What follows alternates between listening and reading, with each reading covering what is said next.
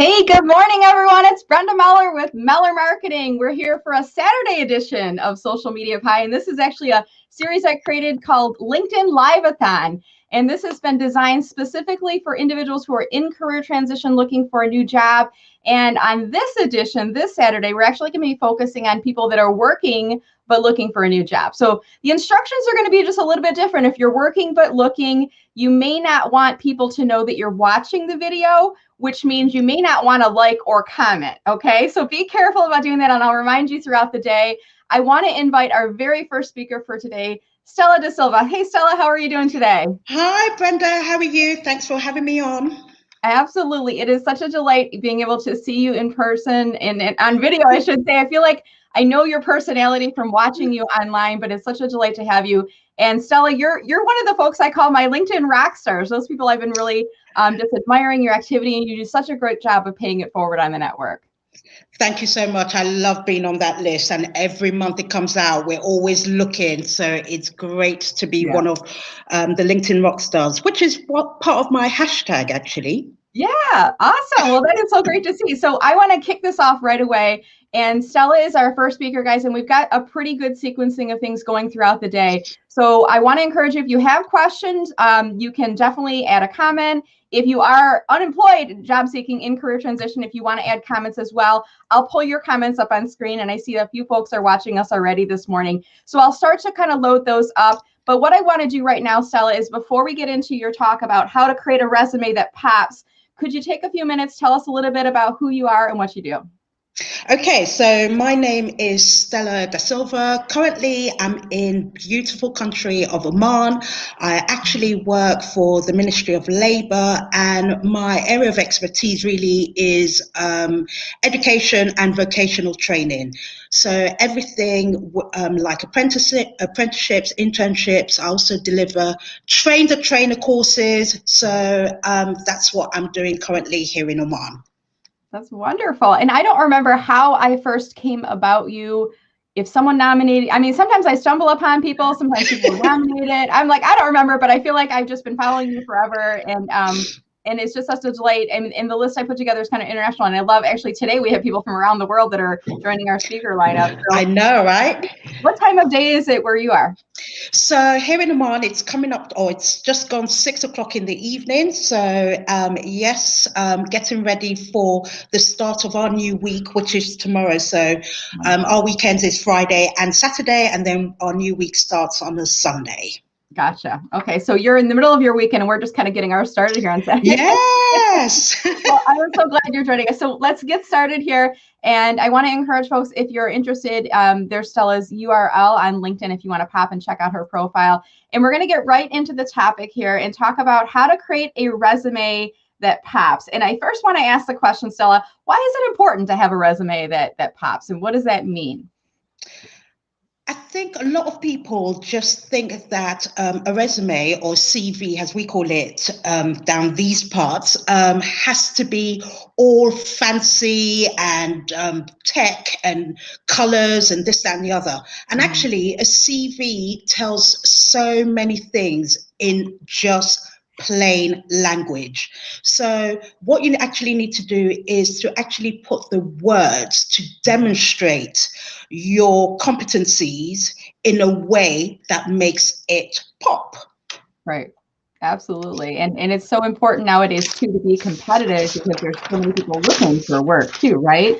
Absolutely. What we don't want, Brenda, is when employers see a bunch of CVs, okay, because usually recruiters, employers, they normally have a ton of CVs coming to them, right? What you don't want employers to do with your CV is this. Okay? So that's what we're going to try and avoid. Because that's what I was looking at her papers rustling. I'm like, she's either building something or grabbing on her notes over there. But I'm like, here we go.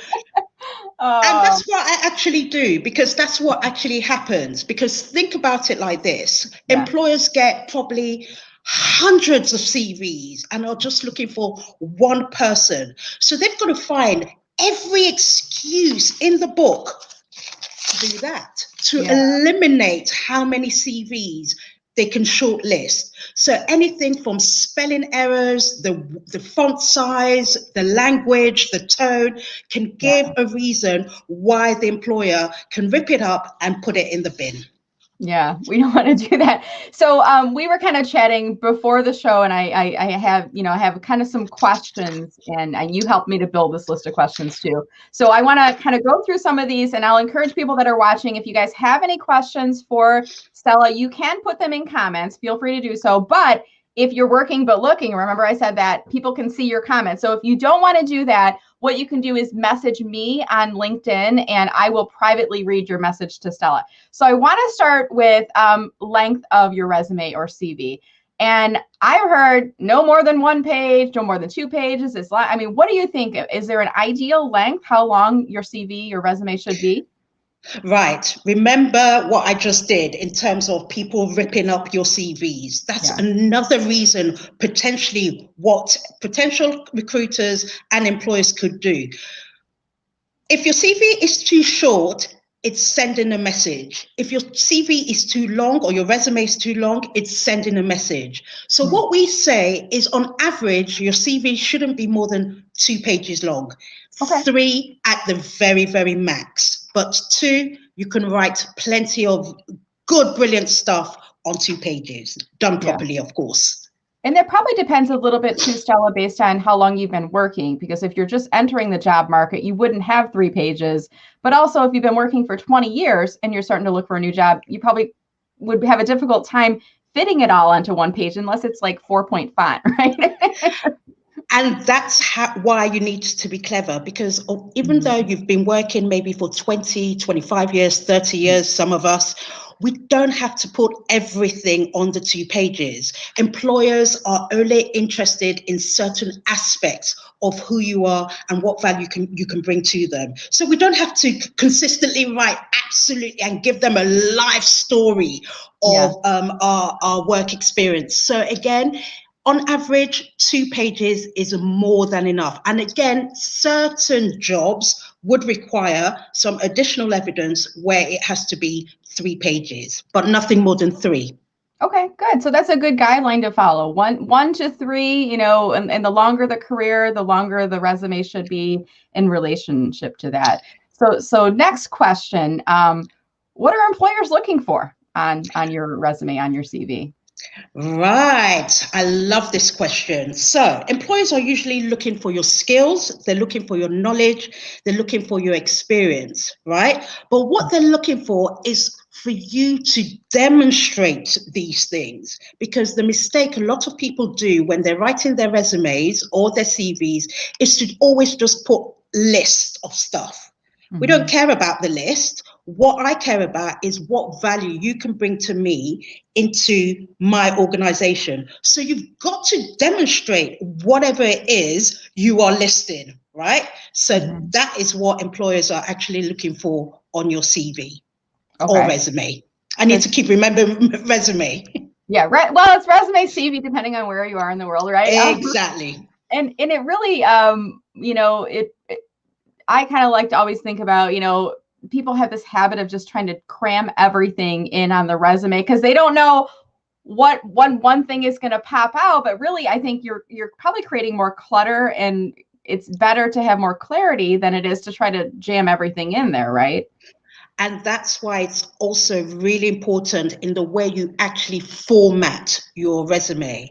And that's the key, because again, without wanting the employer or recruiter to rip up that CV, you want to tell them something really interesting right at the beginning, so they don't have to go into the 2nd or 3rd pages to actually find out about who you are.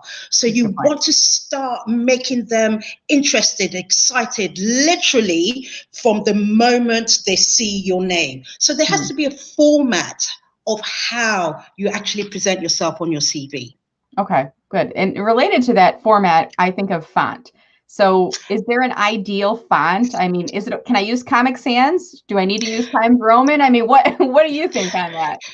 Right. We need something that is attractive to the eye. And this is going to sound so maybe controversial, but the font should actually be the most boring font ever.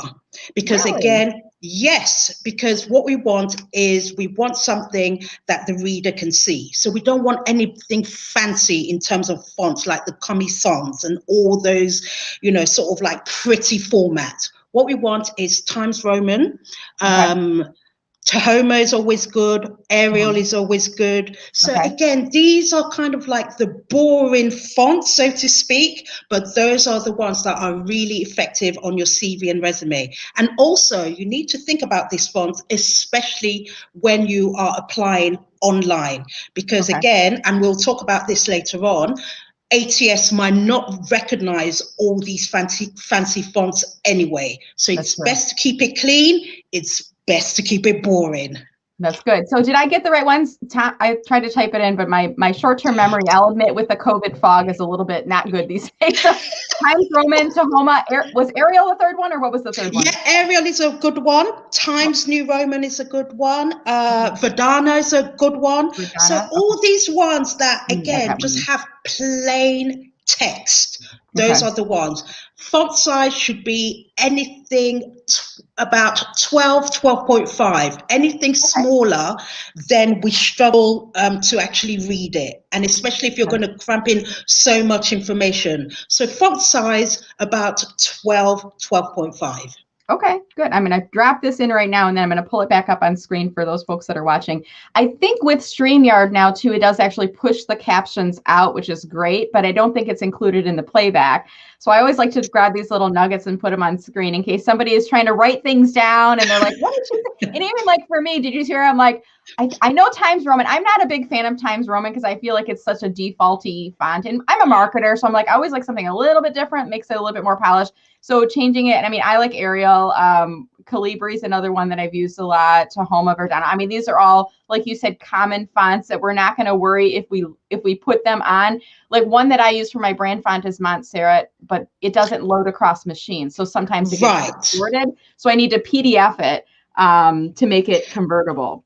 And this is why it's so important. Remember, there is somebody potentially, if it's not ATS, there's a human being reading this fonts and reading these resumes and CVs. So they want something that is not going to distract or where they're going to struggle to read what it is you're trying to say. That's another reason why recruiters and employers can rip up your CV. And that's such a powerful. I mean, when you were doing that, I'm like, oh my gosh, I can hear it happening. Like, I don't want yes. happening. So I want to ask. There's a couple. I mean, some of these questions, I'm like, I would never do this, but I'm curious. Date of birth on a resume, and then photo on a resume. And I've done the photo thing, back in the days when I was looking. But what are your thoughts on putting your birth date or your photo on your resume on your CV? Date of birth is absolutely not required on your CV or resume, simply because as well, if you're applying online, you open yourself up to cybercrime. So again, this is personal data. So you don't need to put your date of birth. Another reason why we discourage people from putting their date of birth is that you may actually be discriminated against. So an employer might actually look at your CV, look at your date of birth and decide, oh, she's too old, she's too young, and oh, no, don't want another reason to rip up your CV. So again, that's why we always say don't put your date of birth for security reasons and the fact that you may be discriminated against. Same thing applies for pictures. Unless a recruiter and employer specifically asked for a photo, a picture, do not put one on your CV. Simply, again, because you can be discriminated on site. Some people might look at a CV and guilty, where I just think, oh no, not attractive enough, doesn't have the image of what we're looking for, and yet that person might be the right person for the job. So again, we say don't put photos on your CV. And one last thing with regards to photos actually take up a lot of space on your CV. Okay, we need that space to actually demonstrate the skills, the experiences that we talked about earlier on.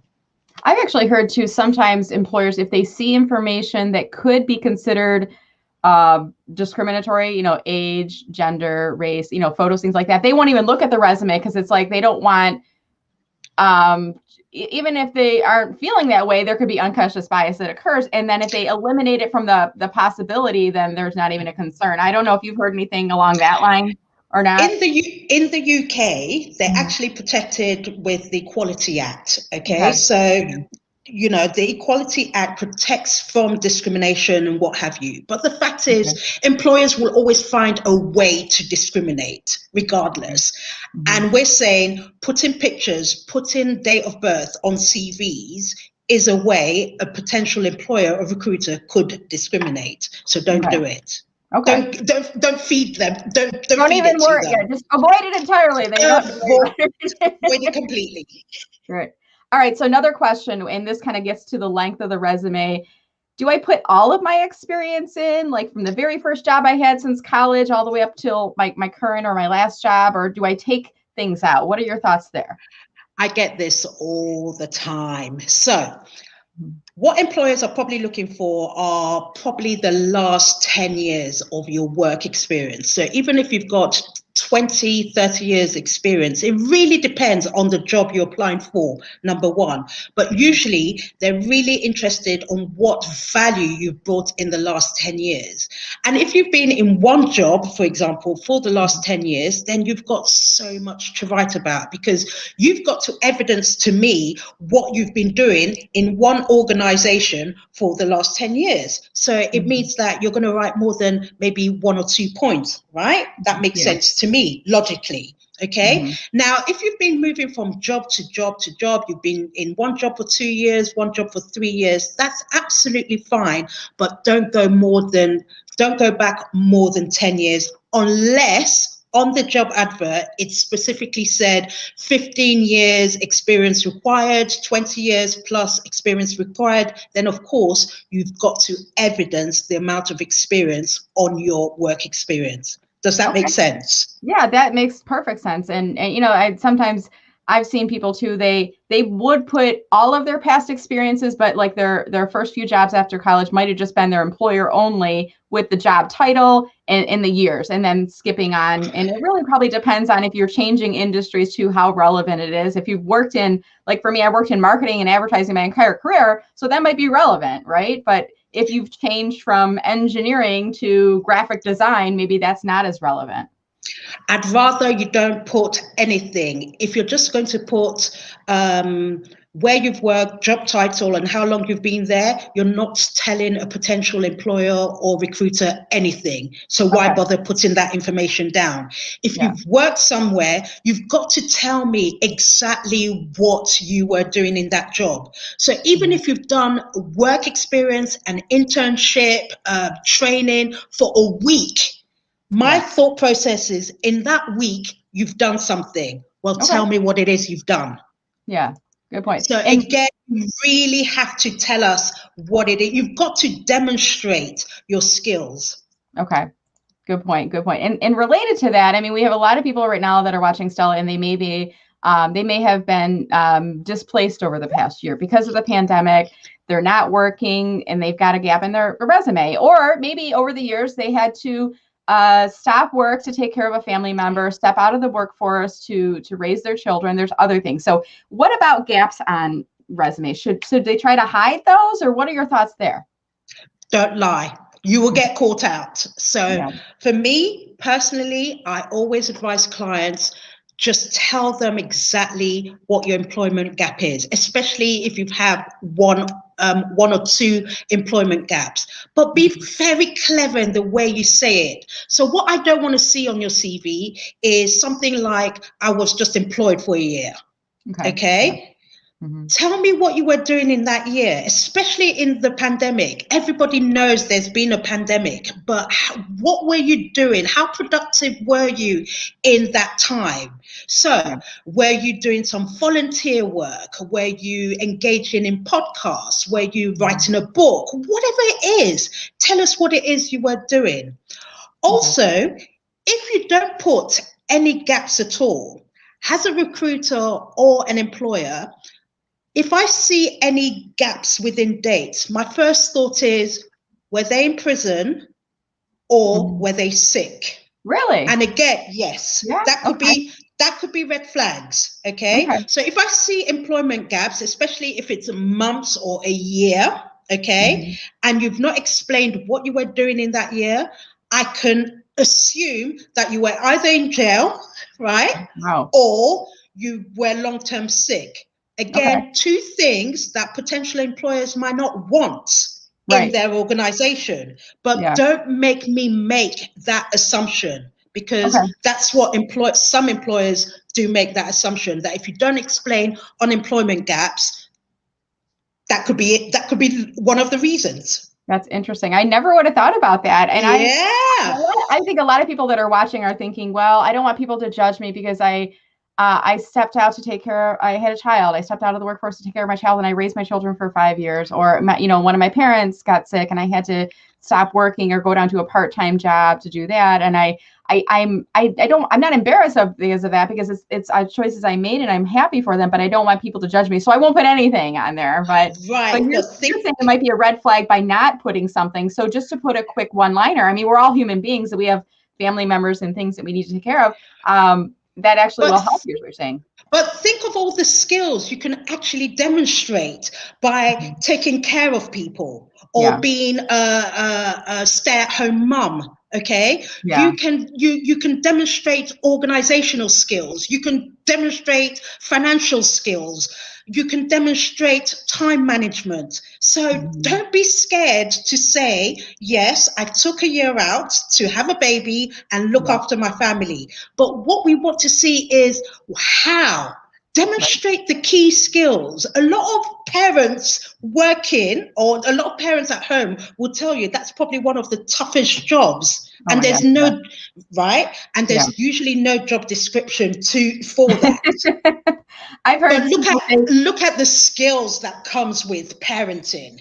Yeah. You can easily demonstrate that on your CV, easily. That's a great point. And I've heard some people tell they'll put, while they have that gap in paid employment, they'll put job title was CEO of Meller Marketing or Meller Household, like something where it kind of says, I was the chief executive officer. I was responsible for finances, for entertainment, for human resources, training and development, like all of those things. So it's a really good point to think about how to kind of address that gap, not cover it. And I love that. Put a title to it. CEO of da da da da. Again, that will automatically make you stand out from the stack of CVs that I have to rip off, because you've just said something that engages me, that makes me smile, that makes me think, you know what, she is so right. Right. So again, be very clever on how you communicate these skills onto your 2 pages. You can do it. Yeah, I love it. It's a good point. So let's move on. We got a couple more questions, and then I think we may have our next guest joining us in just a minute here too. And I want to invite our viewers. Actually, let me just see if your questions, and then let me see if there's any questions that have come to me in here as well. What about physical address? This is a question from Kenneth Lang. Should you put your physical home address on the resume or not? Again, do not put your physical home address. You can put your town, you can put your country, but do not put your physical address, because again, you open yourself up to cybercrime, especially if you're applying online. So just put your town, your country, you're fine. Okay. All right. Good to know. Awesome. And then let's see any other questions that are coming in, and I'm kind of doing a little bit of co-piloting here in the background. I'm like checking my email, making sure I'm waiting for Joe to come in the room. Hey, if you guys know Joe Saunders, tag her on LinkedIn and tell her she's up next, because she's not in the waiting room yet. I know I've got a couple friends out there that are friends with Joe, and they'll be like, Joe, you're on now. And she's not here yet. If she's not, we'll just keep going, Stella. And then when we're done, I'll just kind of vamp for a little bit myself. But sure, I'm fine with it. All right, so let's see what else in here. Some additional questions from our audience. College dates. What about that? College dates on your resume? Of course, put your college dates on it, okay? But don't spend too much time, especially if you have been working for the last 20 years. What we're probably really interested with in terms of your academic qualification is probably your degree or your diploma. But if you start, don't go back to kindergarten, primary school, and second, not interested in any of that. So yes, you can put your college dates, but again, don't go far back to when you were 11. We don't care. Okay. Now, I've heard in terms of college dates, like if you're a new graduate, putting it on there it could work to your advantage because it does show you completed the degree recently. You're entering the job market, but maybe you're 20 to 25 years out. I've seen some people starting to not put it on their resume, Stella, because of the age discrimination and because you kind of date people, right, by that.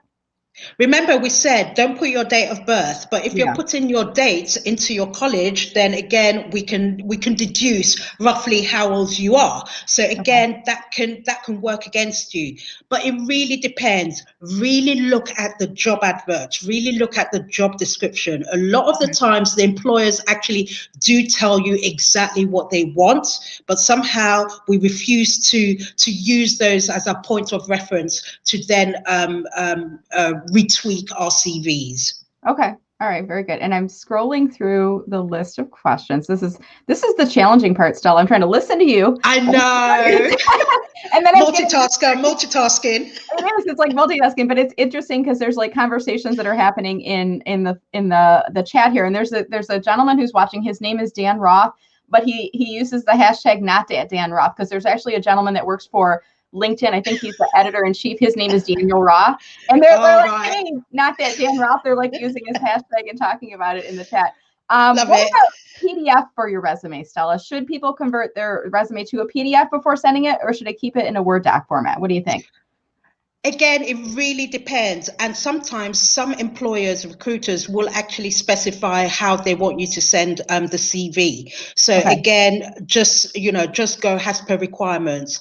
PDF, obviously for security reasons, means nobody can edit it. And of course, Word means that people can go in and mess around and edit your CV. So to be on the safe side, probably PDF. But again, listen to what the employers want, because some employers or recruiters will insist that they want a Word document. Because they're not able to process, or there might be some other reason for their formatting. Absolutely. Right? Okay. Yeah.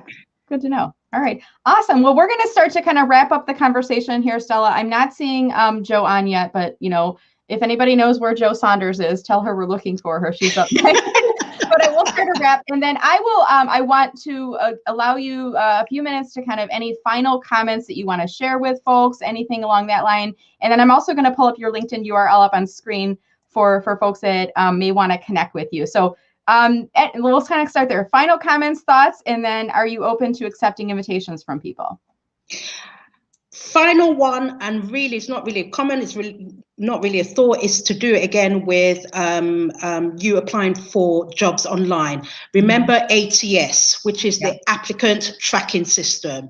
And basically, this means when you're applying online, it's a machine that recognizes how you apply online. So there are things that you should actually avoid when you're applying online. So things like graphics, icons, symbols, text boxes, colors, mixed fonts. We don't like any of that. The ATS just doesn't like it, okay? Horizontal lines, multicolors, vertical lines. So stick to the keyboard characters. Don't start getting too clever with images, pictures, because ATS won't recognize it. ATS also picks up keywords from certain job descriptions that the employer has put out. So again, it's so important that you really study the job description, because they're keywords that the employer actually wants you to demonstrate on your CV. And if you don't, guess what? Right. Your CV is being ripped off. Yeah. Good point. And we want to be careful about that too. And we were here talking today about building a resume that pops, Stella, and I have your LinkedIn URL and your profile right up on screen this way over here. Are you open to accepting new connections from folks on LinkedIn, or what's your preference there? I love engaging with people on LinkedIn. You can find that. You can find me there. Okay, so yes, please connect, follow. You can DM me. I am on LinkedIn most days, but do remember that I have got a full-time job. So usually it's when I come back from work that I just tend to go on LinkedIn. But I do put out content most days, and I love to engage with people. So yes, connect, follow me on LinkedIn. Okay, perfect. Well, thank you so much, Stella. Now I'm going to give you the option, Stella. I know it's 6 o'clock and it's 6:30 at night coming up right now for you over there. It doesn't look like Joe has joined the room yet. So we can go for another 10 to 15 minutes if you'd like, but I also want to give you the option to not, and I can certainly keep on with audience engagement. So really up to you. I'm here. You're good? Okay. Yeah, I'm good. Let's go for it. If So your let's keep audience going, have guys. any other questions. Yeah, so any other questions that are coming in, and I'm going to start to read through your comments here in the chat, and I want to start to bring up, I'm not sure what this means. TNR, do you know what that means, TNR? Oh, Times New Roman, haha, Times New Roman. Ah. They find it more difficult to read, and I think they were commenting on the use of serifs, like a font with serifs on it, a little bit more difficult on there. Yeah. And again, this is why we always say trial and error on your CVs. Again, use different fonts, see what you like, but don't go overboard with all the fancy fonts is what we're saying. Okay, good point. Good point. Let's see here. Scrolling through, we talked about the college dates already, and I'm going to look at your list. And you had a couple other questions that we talked about asking. What about interests and hobbies? Should we put those on our resume? Oh my gosh, when people don't put interest on hobbies, I'm just like horrified. That is probably one of the best parts to really demonstrate who you are and show you a bit of your personality. Okay.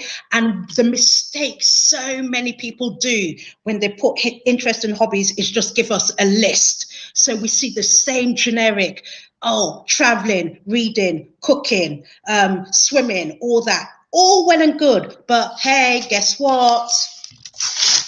Yeah. Hundreds of people have written that down. It is boring. Okay. So a good tip here.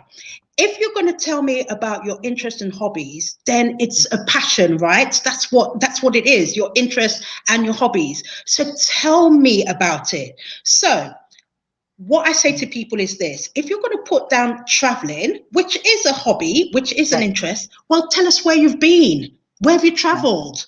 How? Do you like camping? Do you like solo traveling? Do you travel in groups? Tell us.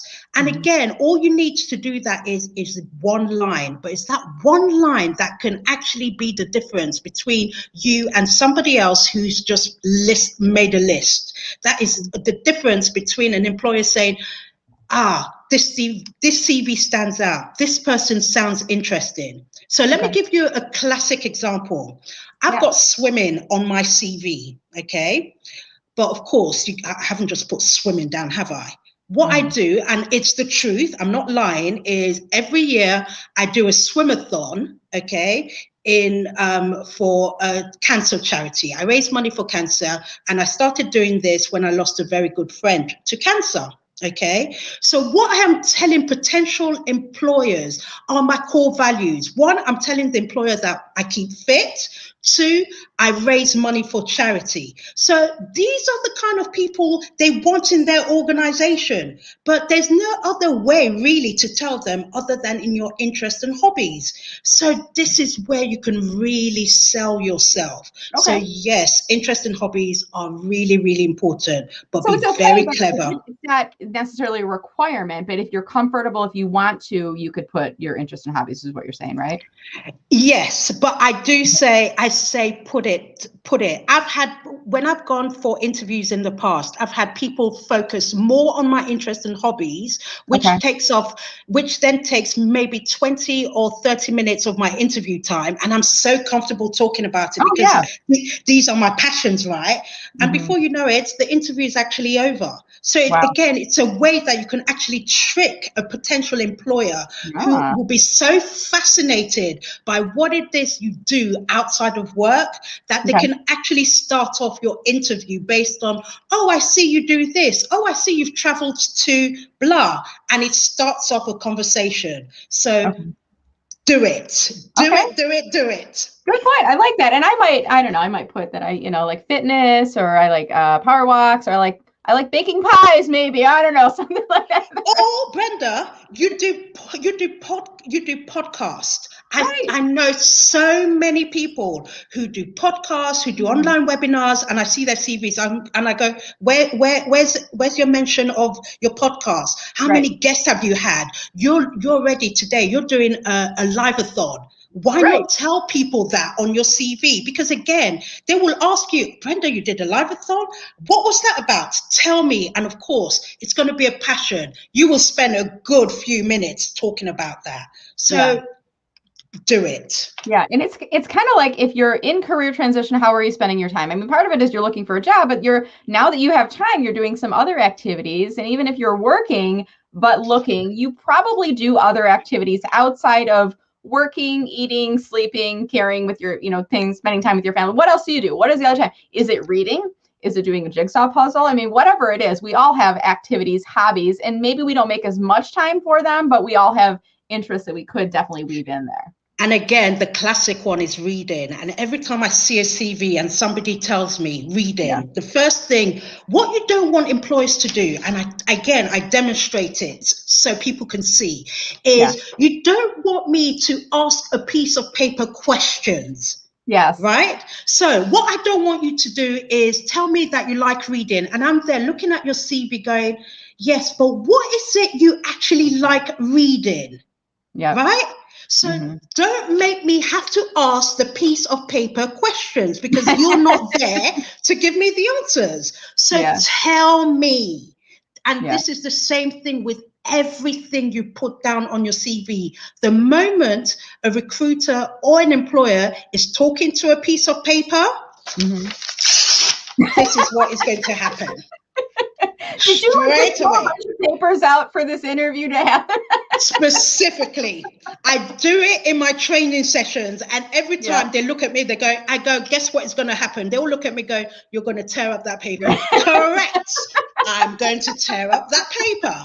Okay, because this is what happens in reality. This is exactly what happens in reality. So yes, we laugh about it, and when I do it, it's hilarious. But again, think about it. I have to minimize the amount of CVs I've got in front of me. I've got to find every excuse to tear up your CV and put it in the bin. Yeah.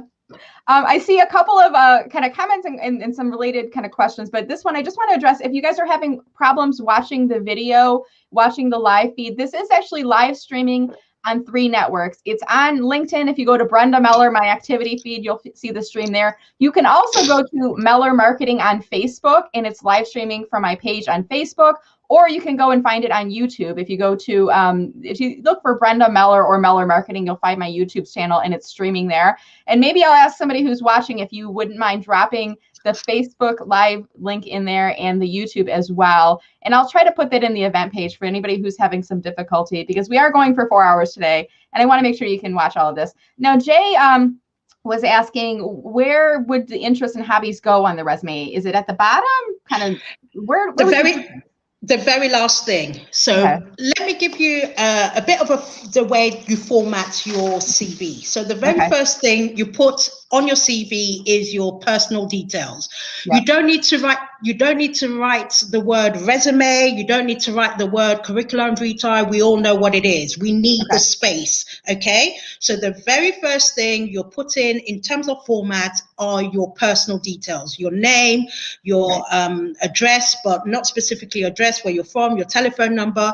If you are on LinkedIn, put your LinkedIn URL on your personal details, your personal emails. Your personal email should just have your name. Nothing like StellaSexy69@hotmail.com. No. Okay. Save that for Facebook. It's so funny that you mentioned that, because there's people like, I've looked at resumes before and I'm like, say what? Like, what was that? Like, Brenda, you know what's going to happen when I see that email? There you go. Okay. Judgment calls on that. They don't think Okay. about the fact that they're making a judgment call. I mean, I've seen like in Michigan, Michigan State, the Spartan is the symbol, and I've seen ones that say Sparty party at, and I'm like, what party? And again, it's those things. Remember, I've got 100 CVs in front of me. I'm only looking for one person and potentially maybe 10 people I want to call for interviews. I've got to get rid of 90. You're giving me a very good reason to throw yours in the bin when your email address is something inappropriate. So again, think about these things when you're putting this down on your CV. So you've got your personal details. The next thing you really need to put down on your CV, and it should follow in this format, is what we call your personal profile. And here you're giving us a brief summary of who you are, how many years experience you have, what value you can bring to a company, literally in a little paragraph. So you have your personal details and your personal profile. After that, you want to put down your key skills. Okay? Sorry about that. Go ahead. Oh, no problem. So, yeah, I'm here. So you want to now put down your key skills. And again, a lot of people will just list key skills, things like communication skills, management skills, leadership skills, blah, blah, blah, blah, blah. All well and good. Now, if you're going to list those skills, be very, very clear that you have to demonstrate those skills that you've listed in your work experience. Does that make sense? Yeah. So if you're telling me you've got leadership skills, well, I need to see you demonstrating it in your work experience, because that's how I can catch you out. That's when I know you're not quite telling me the truth. Management skills, team, a lot of people put teamwork. All these are all skills, but demonstrate it. Okay. So if you're going to list your key skills down, then demonstrate it in your work experience. If not, if you're going to list some key skills down, write a little sentence against each one to demonstrate why you think you've got those key skills. Okay? Yeah. So after your key skills, you then put your work experience, and you always start with your present job and you work your way down. Okay? So you always start with the job you're in now. Okay.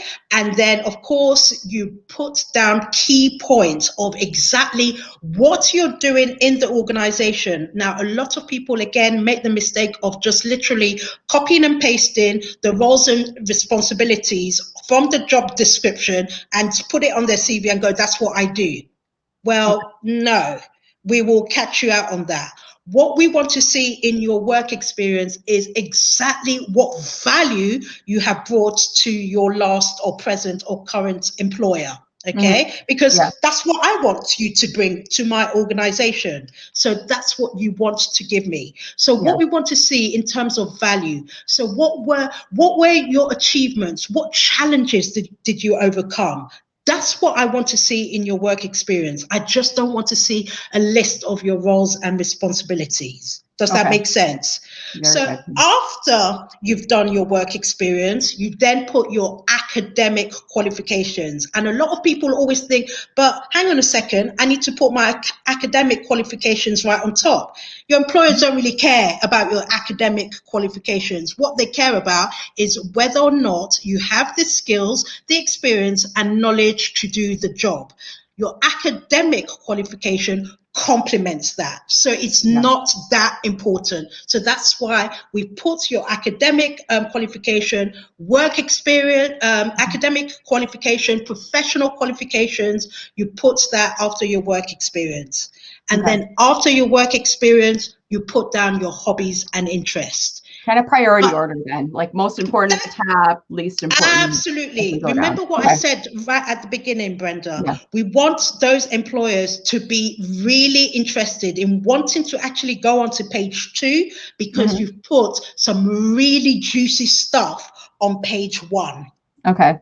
All right, good. And I want to kind of shift gears a little bit. I'm seeing some comments coming in, and one, I mean, people are commenting on you tearing the resumes, and this one, Jeff is kind of being funny. He's going to laminate my resume for a second.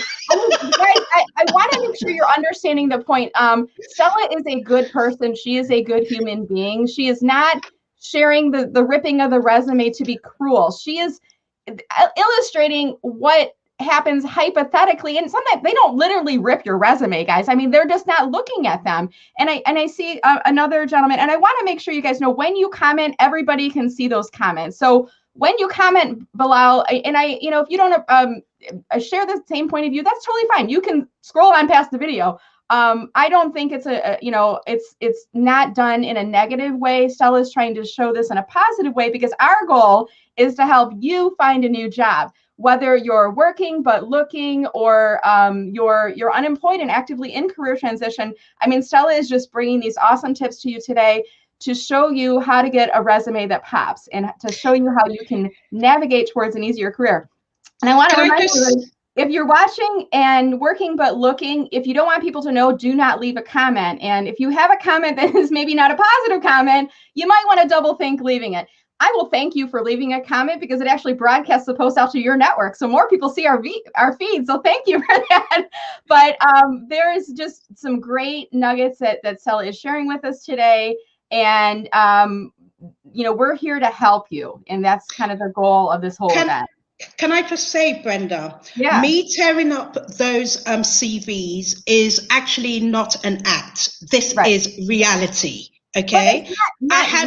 It's not no, not me personally. You're saying this is what people are doing when they're getting resumes, right? This is reality. Yeah. This is me as an employability skills trainer speaking to employers. This is me having gone to HR departments in organizations and see what human beings do with a CV. So yes, this is the reality of the job market. There are thousands of people applying for jobs. So if your CV is what we call not fit for purpose, unfortunately, the reality is it is going straight into the bin. So I'm not going to apologize for what is fact. We're trying to help. We're trying to help, guys. And that's what it is. Right? Yeah. That's what it is. Okay. So, I know it's hard, and that's what it is. It's a real, and we've all been there in terms of when we were looking for jobs. And this is exactly what used to happen. And again, I've been in a position where I've had thousands of CVs, literally, that I've had to go through in a matter of 2 days. And I'm thinking, OMG, and I'm looking for spelling errors. I'm looking for fonts. I'm looking for mistakes, because I'm just thinking I need to narrow it down to the best candidate for this organization. And unfortunately, that's what they do. So there you have it. There you have it. And I want to encourage people that are watching today. And I found Dan Roth in the feed, by the way, guys. If you're not following Dan, you got to follow him. He's using the hashtag Dan, not that Dan Roth, and he'll tell you about it. And actually, when I told him, I said, you should use that. He's like, no. I like, sometimes you got to own what is part of your personality and part of what makes you unique. And if you're watching today, if you're unemployed and actively career searching, I would recommend you comment in the stream right now. Tell people what is your targeted job title and what is your targeted geographic area. You don't need to say, hi, my name is Dan Roth, because it already says it in your name there, but use this as an opportunity to get your name out there. And that's what Stella is here is offering some great tips. We're trying to give you guys some additional visibility. So use that. And everybody was jumping on the Stella love train when I was talking about this. Because you're here to tell us the real story, what is happening. If you are watching this and you're wondering, like, why am I not getting callbacks for my resume? The recruiters are not going to say, I ripped it up because you had a typo. Stella is telling you that. She's trying to help with that. So, and also, when I actually deliver on employability skills, so when I have a group that I deliver on, I actually come on LinkedIn and I go, I'm delivering a course on employability skills on CVs, employers, connections. Tell me, when you employ people, what do you do? A lot of what I'm telling you is exactly what they're telling me. So again, I'm not making it up. This is hard facts. Yeah. Good point. So I have one question coming in here from Nancy. And I think there's some conversations going in the thread about what to put in your resume and where. And I think the advice that someone said was put your targeted job title or the job position at the top, and then job positions in the experience section. Any thoughts on that, Stella? Again, depending on what it is you're actually looking for. So if you're looking specifically for a job, then of course you need to put your job title and what it is you're actually looking for as a header. Okay, so if it's an accountant, for example, then obviously that's what you put. But you need to actually put a job title that is relevant to the job that you are looking for. There's no point putting accountant and you're applying for an engineering job. It just doesn't make sense. And again, this is why we often tell people, especially with CVs, because a lot of people make the same mistake, is they think one CV is enough. Okay, you have to tweak your CV according to the job you are applying for. Okay, it's always ongoing. So yes, you may have one generic CV, which is absolutely fine for all the generic jobs out there. But if you're looking for specific jobs with job titles, please read the job description. Your job description is the point of reference for you to revise your CV. A lot of people just look at it and just go, oh God, it's a 5 pages long of words that I don't need to read. Your job description is really, really important because you need to study it to be able to adapt your CV to it. Okay. And I've heard of, I saw someone ask a question, tailoring, you just answered this question, tailoring it to the job. I have heard of sites like, and I can't think of the name of it, maybe somebody who's watching, or maybe Stella, you're familiar with it, but you put in the job description on this site and then you put in your resume and it tells you how much of a match that you are. If anyone watching is aware of what that site is, drop it into comments right now. I can't think of the name of it offhand. Have you heard of it, Stella? I don't know what the job site is, but there are plenty of that. And this is where the applicant tracking system comes into play. Because what has happened is that there would have been keywords that the tracking system will pull up against the CV. So yes, they might put a job description. Okay, job scan. So they might put a job description, but there will be keywords within your CV that has been put into the ATS. Again, it all boils down to algorithms here. Okay, these are machines. So again, you have to be very, very careful in terms of a job title. So if you see a job title, then match it onto the CV to then put it onto to then upload it into sites like JobScan. Okay, and I just dropped it. It's up on screen right now if you guys aren't familiar. And thank you so much, Jeff. You are awesome, my friend. I really appreciate it. And Merlinda also added it up on screen. I'm going to drop it into a banner right now just so you guys can see it. But it's JobScan. And I believe you can get, I don't know, it's like 3 to 5 scans, and then you have to pay to upgrade. I mean, they're a business. They're trying to run a business here. But you can do a sample resume and job. And I think there's a couple that are in there. I do see it has LinkedIn optimization. I've never used that service personally. I'm not familiar with it. If anyone in the that's watching has used it, feel free to comment on that in there. But I love the point here of, there's so many resources out there that are going to help you kind of beat that ATS. And Stella, I know you talked about this a little bit earlier, but there may be folks that are just joining now that really are interested in understanding how do you beat the ATS. Do you have any kind of reminders there at a high level on the ATS? Yeah, so to beat the ATS, avoid graphics, avoid any sort of icons, symbols, text boxes, tables, underlines, italics. Mixed fonts, avoid all of that. White font on dark background, ATS doesn't like it. Vertical lines. So these are the kind of things that you should avoid on your CV so that it's ATS, what we call ATS friendly. Gotcha. Okay, good to know. Thank you. And I'm popping her URL on because it's coming up to 10:55. Bobby Umar is our next guest, and I'm waiting for Bobby to come into the room. Now, have you met Bobby before, Stella? I haven't met him, but I've heard of him on when I go on Clubhouse. I'm obviously connected with him, so Yeah. I do know who Bobby is. Yes. Good. So tell us, there might be a few folks watching, and you said Clubhouse, and they're like, I keep hearing about this Clubhouse thing. What is it? And by the way, what's your Clubhouse handle? I'll drop it into chat right now. So Clubhouse, Stella Da Silva at Stellalicious is Clubhouse. I'm more of an introvert on Clubhouse, so I tend to listen more on Clubhouse than I do going up on stage. But LinkedIn really is my platform of choice.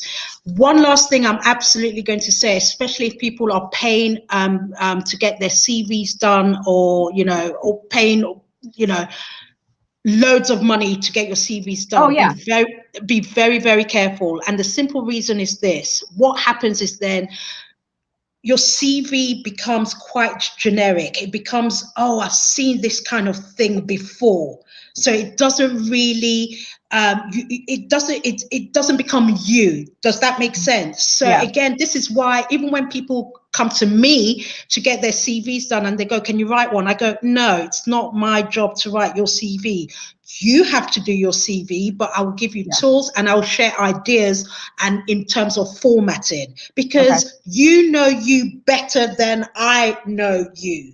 So again, this is always the advice that I always give to people, especially those who want other people to write their CVs for them. You will be found out at interview in any event. So be very, very careful. And again, save your money. It's not rocket science when you do it in a right format. And again, the internet is full of amazing resources. You don't have to spend loads of money to all these people and all these companies and organizations to do your CV for you. Just always remember that. You want to stand out. I will say there are good resume writers and there are opportunistic resume writers. And I agree with you.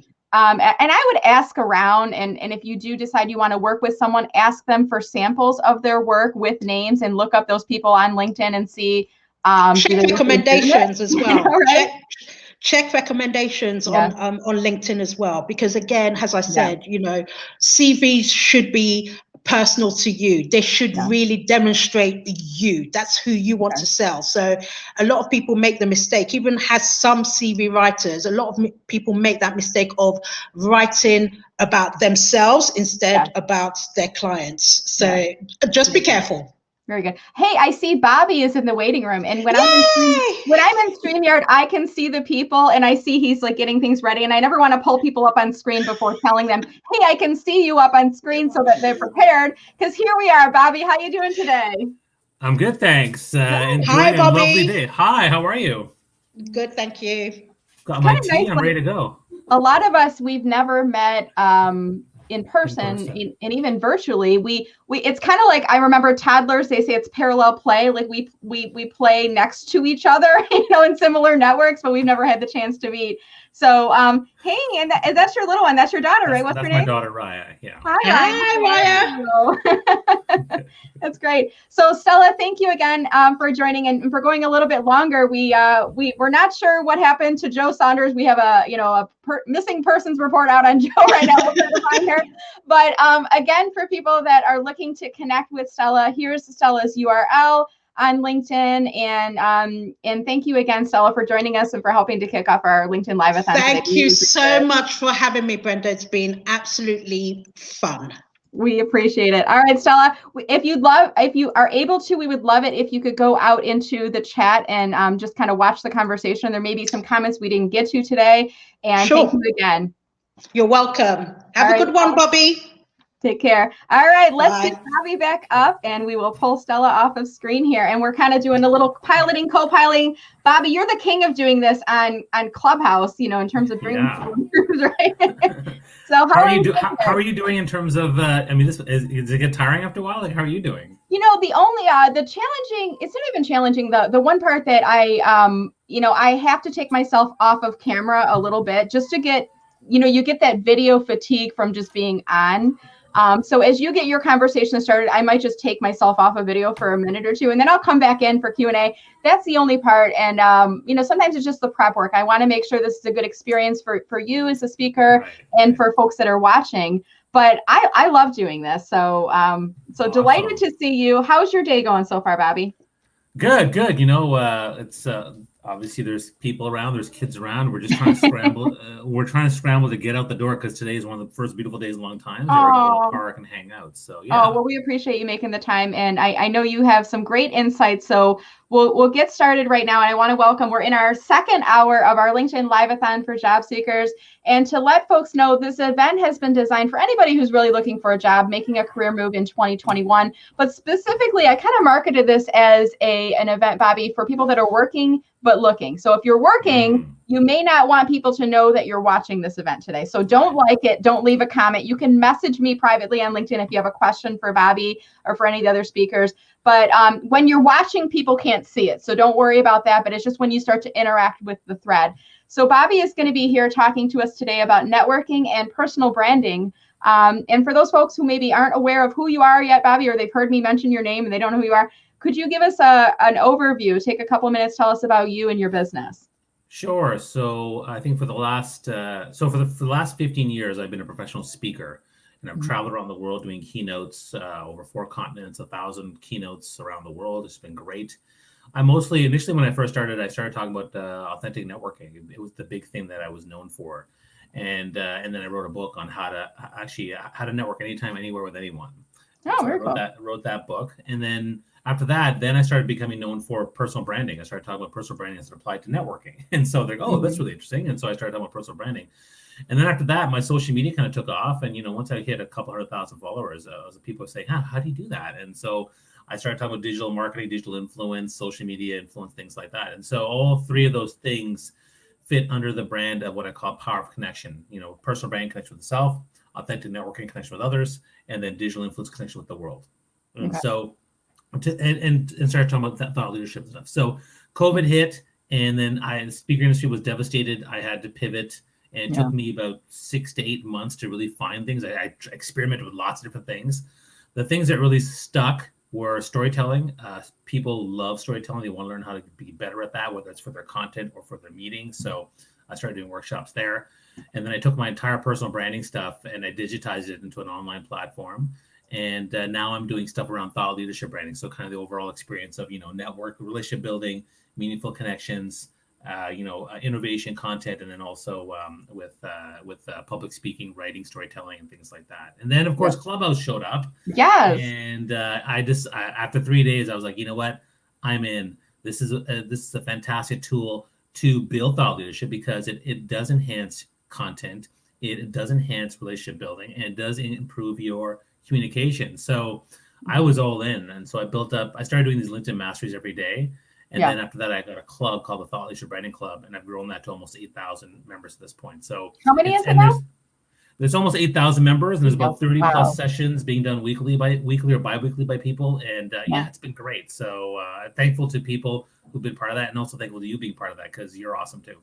Oh, thank you. And I, for me, it was like, I was kind of resistant to getting on Clubhouse. Kenneth Lang was actually the person who suggested it originally. And I'm like, no, I don't have time for one more thing right now. I know, but then I heard there was one day, and I think you were in the session where people from LinkedIn were leading a Clubhouse chat, asking for questions about LinkedIn. And I'm like, wait, why would they be on Clubhouse doing that? Why wouldn't they be on LinkedIn? So I had to come and check it out. But then quickly thereafter, we connected. You told me about your club, and I'm like, well, why would I start my own? Bobby's got all the cool kids and a big party happening, at his house, and it's just such a great community. So, and I think about you, Bobby, when I think about who you are and what you represent. I mean, the words that come to mind are thought leadership and personal branding, and you're going to be here giving us some tips today on networking and personal branding. So I'm going to turn the floor over to you now to start off the discussion, and we've got people that are watching that are unemployed, actively in career transition. And then there's the other group, and there's this whole category of people that are working, but looking,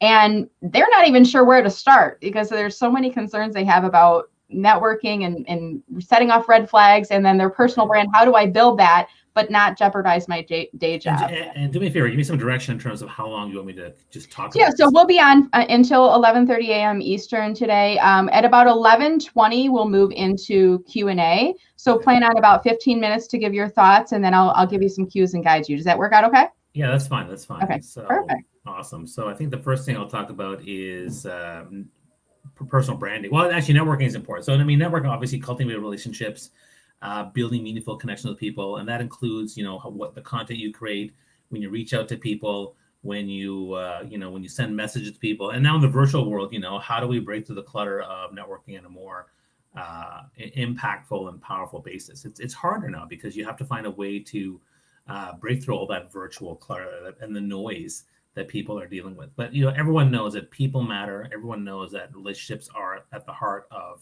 every single aspect of success, right? So if you want to succeed in your career, networking is important. If you want to succeed in getting a job, network is important. If you want to succeed in getting a promotion, network is important. And so I think the first thing I think about when it comes to networking is, what is your objective, right? So what's your objective for networking? What is it you want to do? It could be very specific. I want to meet 10, 20 people in X industry. I want to get a job. I want to get a promotion. I want to, have 10 interviews lined up based on my networking piece. And again, one of the things with networking you have to understand is that, when it comes to job searching, it's the 80-20 rule. 80% of jobs are found through networking. 20% are, through posts. And only 20% of people network effectively, while 80% do not. So if 80% of the jobs are found by those who are only doing 20% of the networking activity, what should you be doing? You should be networking. And it's just an aspect of just kind of building up relationships and following up people and things like that. So let me share a couple of tips, which is, first off, there are different ways to access people. So with Clubhouse and with Instagram and Twitter and LinkedIn, there are numerous ways to interact with the people that you want. Now, assuming you've set your target and your goals and objectives, so your goal is to do this, or your objective is to do this. Once you have those objectives and goals, now you can start finding out where people are. So they're often on online presentations or online, conferences, things like that. They're also on social media everywhere. So if you either target companies, you're going to target people. And so now you can go after these people in terms of trying to reach out to them. And one of the easiest ways to connect with people is to go on LinkedIn, find out where they are, see if they're posting content, and then start commenting on their stuff and talking about how awesome they are and sharing your own expertise. Hey, I love what you're talking about. Let's say you're looking for a job in pharmaceuticals and you find a pharmaceutical person and you just start talking. Hey, I love this stuff because I read a recent research report on pharmaceutical that said this, boom, boom, boom. And what you're doing is you're making them look good. You're engaging them, which they love. And then you're also sharing your own expertise. And trust me, if you do that 5 to 10 times, as whoever I am, CEO, influencer, thought leader, whatever I might be, I'll remember you. Trust me, 5 to 10 times, I will definitely remember who you are. So when you reach out to me with a message about something, I'm far more amenable to making something happen versus the cold email or the cold LinkedIn in-mail. So I think that's something to keep in mind. Like, commenting is a fantastic way to ingratiate yourself with the people you're trying to network with. So that, and the other thing is you can go to LinkedIn, so you can go to Instagram and Twitter and other places and reach out there and comment on their stuff and reply to their tweets or reply to their posts and say, hey, this is awesome. It's kind of what I did actually to get noticed by the Daniel Roth, the editor-in-chief of LinkedIn, because I went to his Instagram and Twitter and said, hey, and I started chatting with him. And then when I sent the email, or actually then when I tagged him in my post, he's like, okay, Bobby, just send me an email. I said, sure, great. And, that because at that point he knew who I was. So I think that's an important piece to just, comment on people as well. The second piece that's important for LinkedIn, for networking, is the follow-up. So let's say you connect someone on LinkedIn or you get their card. Are you going to follow up or not? People, it's amazing how people don't follow up. I talked about being responsive on the LinkedIn comments, but not following up makes networking useless. What's the point of getting their business card or getting connected with them or adding them LinkedIn if you don't follow up, particularly with the contacts you want to get in touch with, right? So a lot of people don't do that. They don't actually follow up. In fact, I'll tell you a little story, which is one time I was on stage speaking, doing a keynote for 500 hungry young entrepreneurs, 18 to 26. So they're young, they're hungry. And I said, look, I'm here all day at this conference. This is early in the day when I was just starting to just start my role as a speaker. And I said, I'll be here the whole day.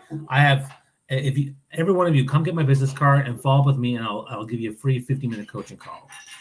And out of 500 people in the audience, how many people followed up with me and got my card? Well, only 75 got my card the whole day. Out of 75 people, how many people actually followed up with me with a message, a text, an email? 17. Of the 17 people, how many people built a relationship with me? too. So the question from a networking and follow perspective is, you can be the top 50% that gets my card. You can be the top 4% that follows up, or you can be the top 0.4% that builds a relationship with me. So who do you want to be? Because the more you follow up, the more you're going to create opportunities for yourself. And I see it all the time. Like I see young people who follow up with me all the time and other ones who don't. And, you could say, well, what if I'm being annoying? Well, my rule for this is be polite, be professional, be persistent. That's it. As long as you're polite and professional, who am I to get angry with a very polite, professional note that offers a lot of gratitude? I think that's really nice. It's really lovely. So by all means, follow up, until you get a response where they say, oh, I'm sorry, I'm going to have to pass, or, I don't know anybody or whatever, and that's fine too. So I think that's an important piece when it comes to network. Now, and we already talked about the tips around online, following up, I think is really, really important. And then the other thing is really about personal branding. And so why is personal branding important when it comes to networking? Well, if you understand how networking works, as soon as you reach out to somebody, they're going to check you out. So what does the brand of your profile say? What does your LinkedIn profile say? How aligned is it to your brand? How optimized is it to your thought leadership brand? Does it look good or does it look vacant? These are things you have to ask yourself, right? Similarly, they'll look at you on Instagram and Twitter and other places, and they're going to say, okay, how does this person look? Because if it looks bad, they're going to lose interest. I get emails all the time from people who are looking to work with me and get jobs. And what happens is that, I look at their profile because everyone Googles everybody. And I'm like, oh, you know what? Like either it's great or it's not enough or it's absent. And so you want it to be great, because the way it works when it comes to doing well, particularly on LinkedIn or other platforms, is there's three things, right? How you reach out to people in DMs, emails, messages, whatever, is one thing. How you actually comment on people's posts and create content that demonstrates your expertise and creates conversations is one thing. And the third thing is what your profile is. If you have a great profile, you're great at commenting and creating content, and you're great at reaching out to people and building relationships, that's a triple threat. And that's when the magic happens for everything you're trying to do, whether you're trying to get a job, get a promotion, and all that kind of stuff. And going back to personal branding, the thing with personal branding is that personal branding gives you a few things that are important. Number one, it gives you focus on who to go after, how to talk to people, what to say, what kind of content to create. It gives you incredible focus on everything you're trying to do. Number two, it gives you alignment. It aligns your career path to where you want to go in terms of your alignment with your values, your personality traits, your skills, your superpowers. And it gives you impact. If you have greater focus and greater alignment, you'll get greater impact with trying to get that job. And so personal branding affects your profile because it's more focused. It affects your networking because you're more clear on your goals and what you're trying to do. And it affects your content because it's more focused on your target audience. And so that's why personal branding is so important. And what the biggest tip I can give you with personal branding is do the work. It's like doing a resume. A resume takes 10, 12 hours or longer.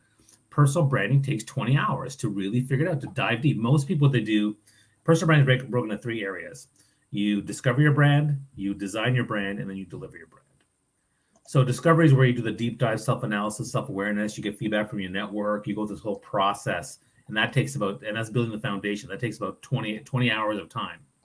Then the design piece is where you look at your assets, you strategize, you put together tactics and plan for your target audience in terms of what you want to do and put yourself out there. And then number three is once you put yourself out there, now you deliver and you monitor the results. You evolve, you get feedback, and you refine your brand in terms of where it's going, where it's evolving. 90% of people are always stuck in the design phase. They're always planning, strategizing, tactics, figuring out what am I going to do next. And what they don't do, and when they do that, they go out there with their career plan or their job growth plan or their promotion plan. And after 3 months, 6 months, or even 2 years into a career, they're like, you know what, I'm not feeling this. Because when they did it that way, they're about 50, 60, 65% aligned with who they are, because they maybe got a couple of mentors to help, or maybe they worked with one coach, but they didn't do the deep dive work. If you do the deep dive work, that's what you got to do. Most people don't want to do that. Do the deep dive work, and it's not that hard, right? It's not that hard. There's lots of, my course explains it. There's tons of, I even have articles that talk about how to do it, right? So there's articles out there on how to do it, but you do a deep dive. And when you do that and you identify, your values, your skills, your traits, things you care about, what you're good at, your superpowers. You identify your target audience. You identify your why, your purpose statement, mission, vision. You know your target audience and who they are and what their bliss points are, what their pain points are. Then when you design your personal brand strategy for whether it's content, whether it's a job search, whether it's career promotion, or whether it's all three of those things, then you're going to have 85, 90, 95% alignment. And that's when the magic happens for your career. So I think that's the main things I want to share about the personal branding and networking. And, I'm open to other questions or follow-ups from you, Brent, as well. Yeah, absolutely. And I wanted to give you the floor. I feel like you have so many great insights to share. And I could talk forever about this stuff. You could. And I'm like, you're the kind of person I could just be like, I could probably like find you the day before and be like, I have an opening for a major event. Can you speak at my event? And you're like, yeah, which topic you want me to speak about? And you could pick so many topics and you have so many great insights. But I know there's like great value in a little bit of this dialogue. And there's folks that are already starting to ask questions. So I'll start to kind of pivot to those questions now. And one person was wondering, and I'm going to take the image down in your name field at the bottom. It says Bobby Umar, CEO, dypb.ca. Yeah. And somebody has already asked, what does the DYPB stand for? Is it do your personal best, or what does it stand for? Go check out the link. Go check it out. Well, basically, dypb.ca is the website to my startup called Discover Your Personal Brand. Oh, love it. And so, Discover Your Personal Brand has done a lot of research, and we have a model that talks about the discover, design, and deliver aspect of personal branding. Okay. And so, we have a course on discovering your brand, but we also help organizations and individuals with the design and delivery of their brands too. That's very cool. And the topic that we introduced for today, guys, for Bobby was networking and personal branding. And there may be some of you watching who are either in career transition right now, looking for a new job, and you've heard that you need to develop this online brand or personal brand. You're like, you don't know where to start. Or maybe you're working but looking, and you've neglected yourself because you've been working for a long period of time, and you may not think you may think I don't have a personal brand. You do. And Bobby, I love the steps that you were addressing, and I'm going to pull them back up on screen. Kind of discovering it, designing it, delivering it. There's people out here like Bobby who can help to guide you through. So I know that you're on LinkedIn, and I'm going to drop your URL up on screen for people right now. Clubhouse. I feel like I see you equally on Clubhouse and LinkedIn, and I just dropped your Clubhouse up on screen as well. Thank you. You're continually evolving your personal brand, right? You haven't stopped, right? Yeah. Back in the day, where I found most of my thought leadership branding expertise was actually on Twitter. And really? Twitter took off first. Yeah. And, once I had 100,000 followers out there, I was like, oh, this is really great. And it was helping my speaking career and whatnot. LinkedIn I've been investing in for the last 3 years. So, when Microsoft bought it, that's been, but when Clubhouse came, I saw the opportunity there. One of the best parts about Clubhouse, like LinkedIn is great for networking and building connections, but Clubhouse is great for deepening connections and having really authentic conversations with people, which then leads to, it leads to a better, it's more likely leads to a follow-up conversation about business and lead generation, which is great. So I really do love Clubhouse for that. And I think that's why, and my whole timing on things has shifted, like the time I spend. And I've actually analyzed where have I spent time less and more. I think what's happened is LinkedIn is pretty much, it's about the same, or maybe just like a little bit less. Yeah. But the ones that have been impacted for sure are Facebook, Instagram, and Twitter. I think the three of them, they've all lessened. They're not gone down to zero, but they've definitely lessened by about, I'd say, 20% each. And then that 60% that I've taken on is now more doing stuff in Clubhouse. Because you don't get more than 24 hours in a day, do you, Bobby? I think exactly. You do, but you don't. Well, and one of the things I can tell you is that when I first started LinkedIn Mastery, I was there every day doing it for 2 hours with all the other people, and then I was like, look, we need to find a way to make this better. So we set up a system where we have lead mods for 1 hour slots, and so now I'm committed to 4 hours per week, either as a lead mod or a supporting moderator. And so I obviously still show up, but what I'm finding now in the last couple of weeks, I'm probably trending about 6 hours a week versus the 20 that I was doing before. So that's great. Okay. Yeah. But it's probably also, some of it is active time, and I think other time you're spending on these. It's kind of like you have it up. It's like you're listening to a podcast, you're doing work in the background, and then somebody says, "Hey, Bobby, I have a question," and you unmute and you pull yourself back up, right? Yeah, absolutely. So, when I'm lead modding, I definitely am completely engaged, and I'm sitting right here doing it. But when I'm supporting mod or just on stage, Yeah, then I'm doing dishes or doing other things. Yeah, cooking dinner, whatever you're doing. Yeah, exactly. We have a question from Bilal. He's joining the tips. He's asking how to differentiate your personal brand from your professional brand, especially if you are working. Any thoughts there, Bobby? Yeah, so ideally your personal brand they're the same, right? So your personal brand is your entire life story of who you are, what you care about. So Yeah. if you look at my my profile page on LinkedIn, on there I talk about everything.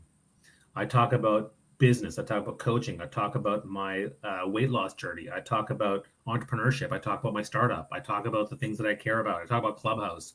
It's all there, and it's the entire story of who I am and what I'm all about. Then I have my company page, which is all about the business stuff and so about my coaching and my online programs, and that's really what it's about. So I kind of separate those two. But ideally, your personal brand is everything. So think of it in terms of this is who I am. This is what I believe in. These are my superpower gifts. And this is who I am for the world. And I'm trying to find my purpose for the world. Your professional brand, yeah. So that's the umbrella. And underneath that, your professional brand will be represented in certain ways, like your LinkedIn profile. It's going to be from your content, from how you network with people. And so ideally, you want to have them the same thing, because otherwise what happens is, and this what happened to me in corporate, right? I worked at corporate and I spent all of my time being someone that I wasn't. And that's exhausting. Yeah. Right. This professional brand of trying to be this type of person that's not really who I am. It's exhausting. And I love that point. But I think, did you even realize it at the time, or did you not realize it until you were on your own? That's a great question. Actually, on my last corporate job, we did this analysis where it was like one of those true colors analysis, but it was a different type. And what they did was they showed how you were in your normal time and how you were at work. And one of the things I found out was I was like 95% super sunny disposition, happy guy. And at work, I was still the same way. But there was the red line, which was my aggressive, assertive behavior, right? And my normal was like, 40, 50%. But at work, it jumped up to 80% because I had to be more aggressive and more assertive that I really wanted to be. And I was like, oh, that's really interesting. And I was like, wow. And then my harmony one was way down because I had trouble keeping things harmonious at work because you had to be driven, you got to get things done and deadlines, whatever. So that was really interesting. And then after I left corporate, I did a research, another one of those personality assessments called the 360 leadership thing.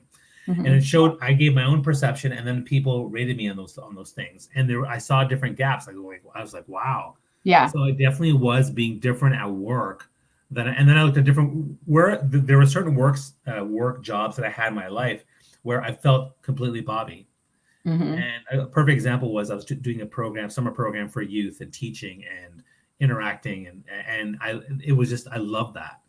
Whereas the job in engineering just didn't fit me at all. The job in brand marketing didn't fit me at all. So, but doing the personal brand journey helped me really solidify. Yeah, you know what? This is the real me.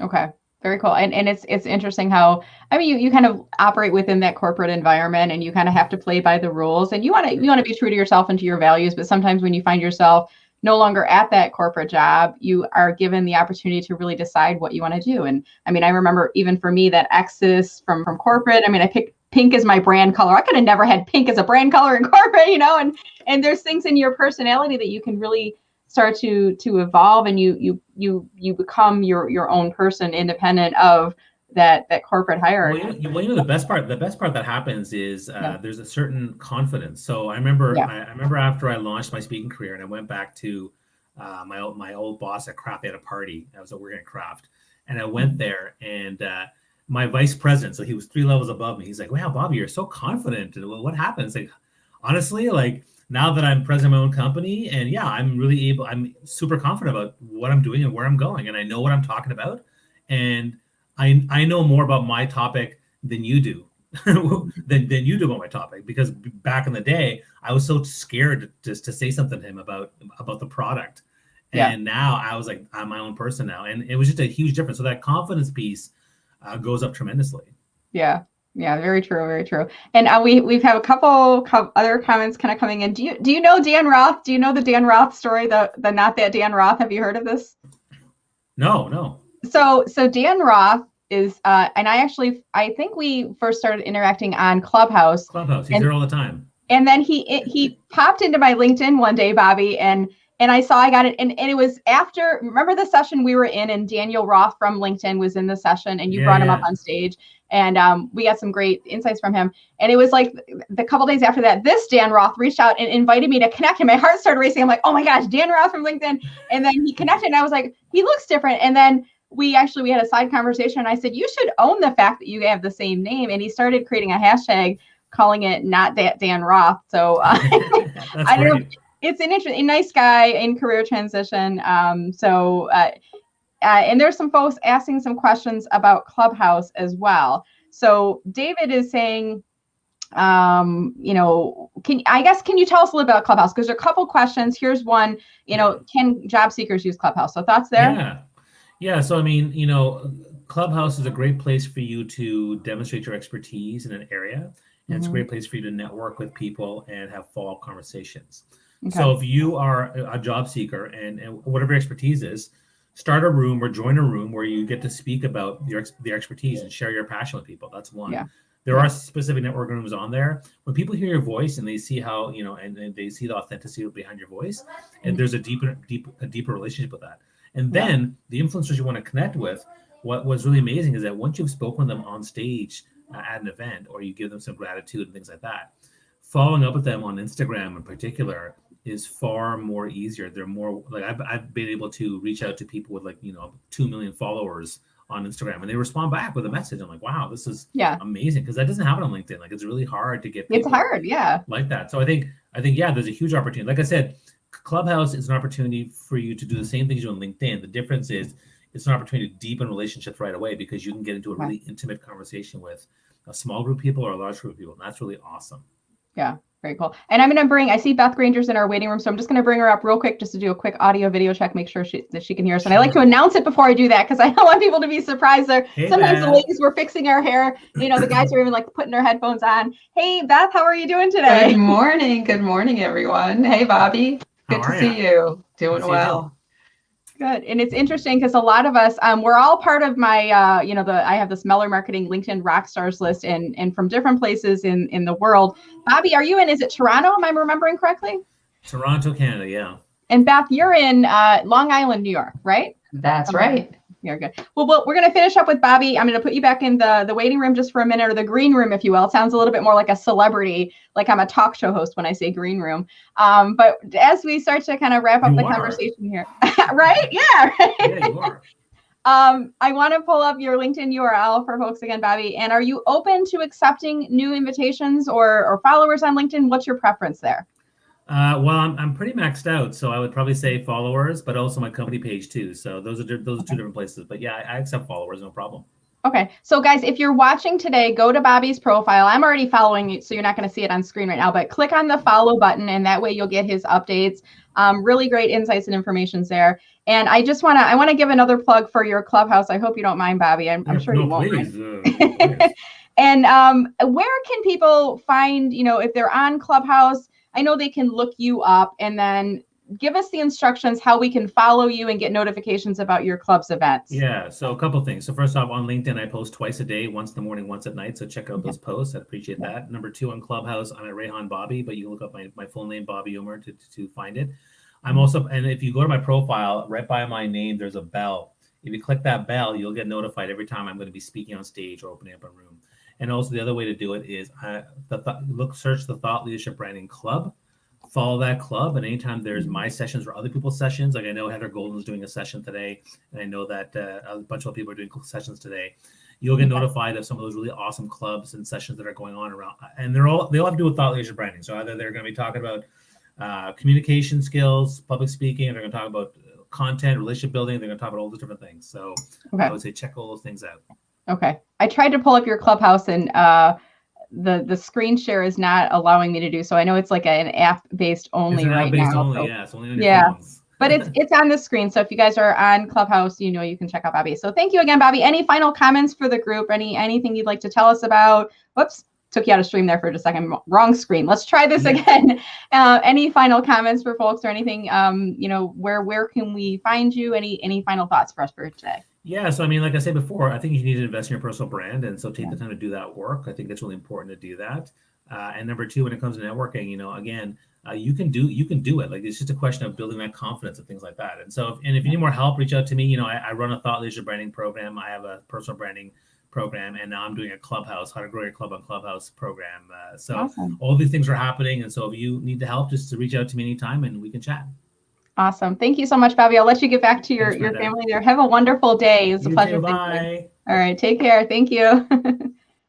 All right. So you guys enjoying this? I hope you're loving this event. This is our LinkedIn Live-a-thon, and we're going to move into our next segment. And we've got Beth Granger with us. Hey, Beth, how are you doing today? Good morning. Good morning. Good. It is a delight to see you. And I reached out to you a while back about, coming on and joining us for this event. And you and I have been connected for a while now. We actually had the chance to meet in person when I was visiting my sister-in-law in Long Island. Was it 2018, 2019? I can't remember now. Time is so strange now.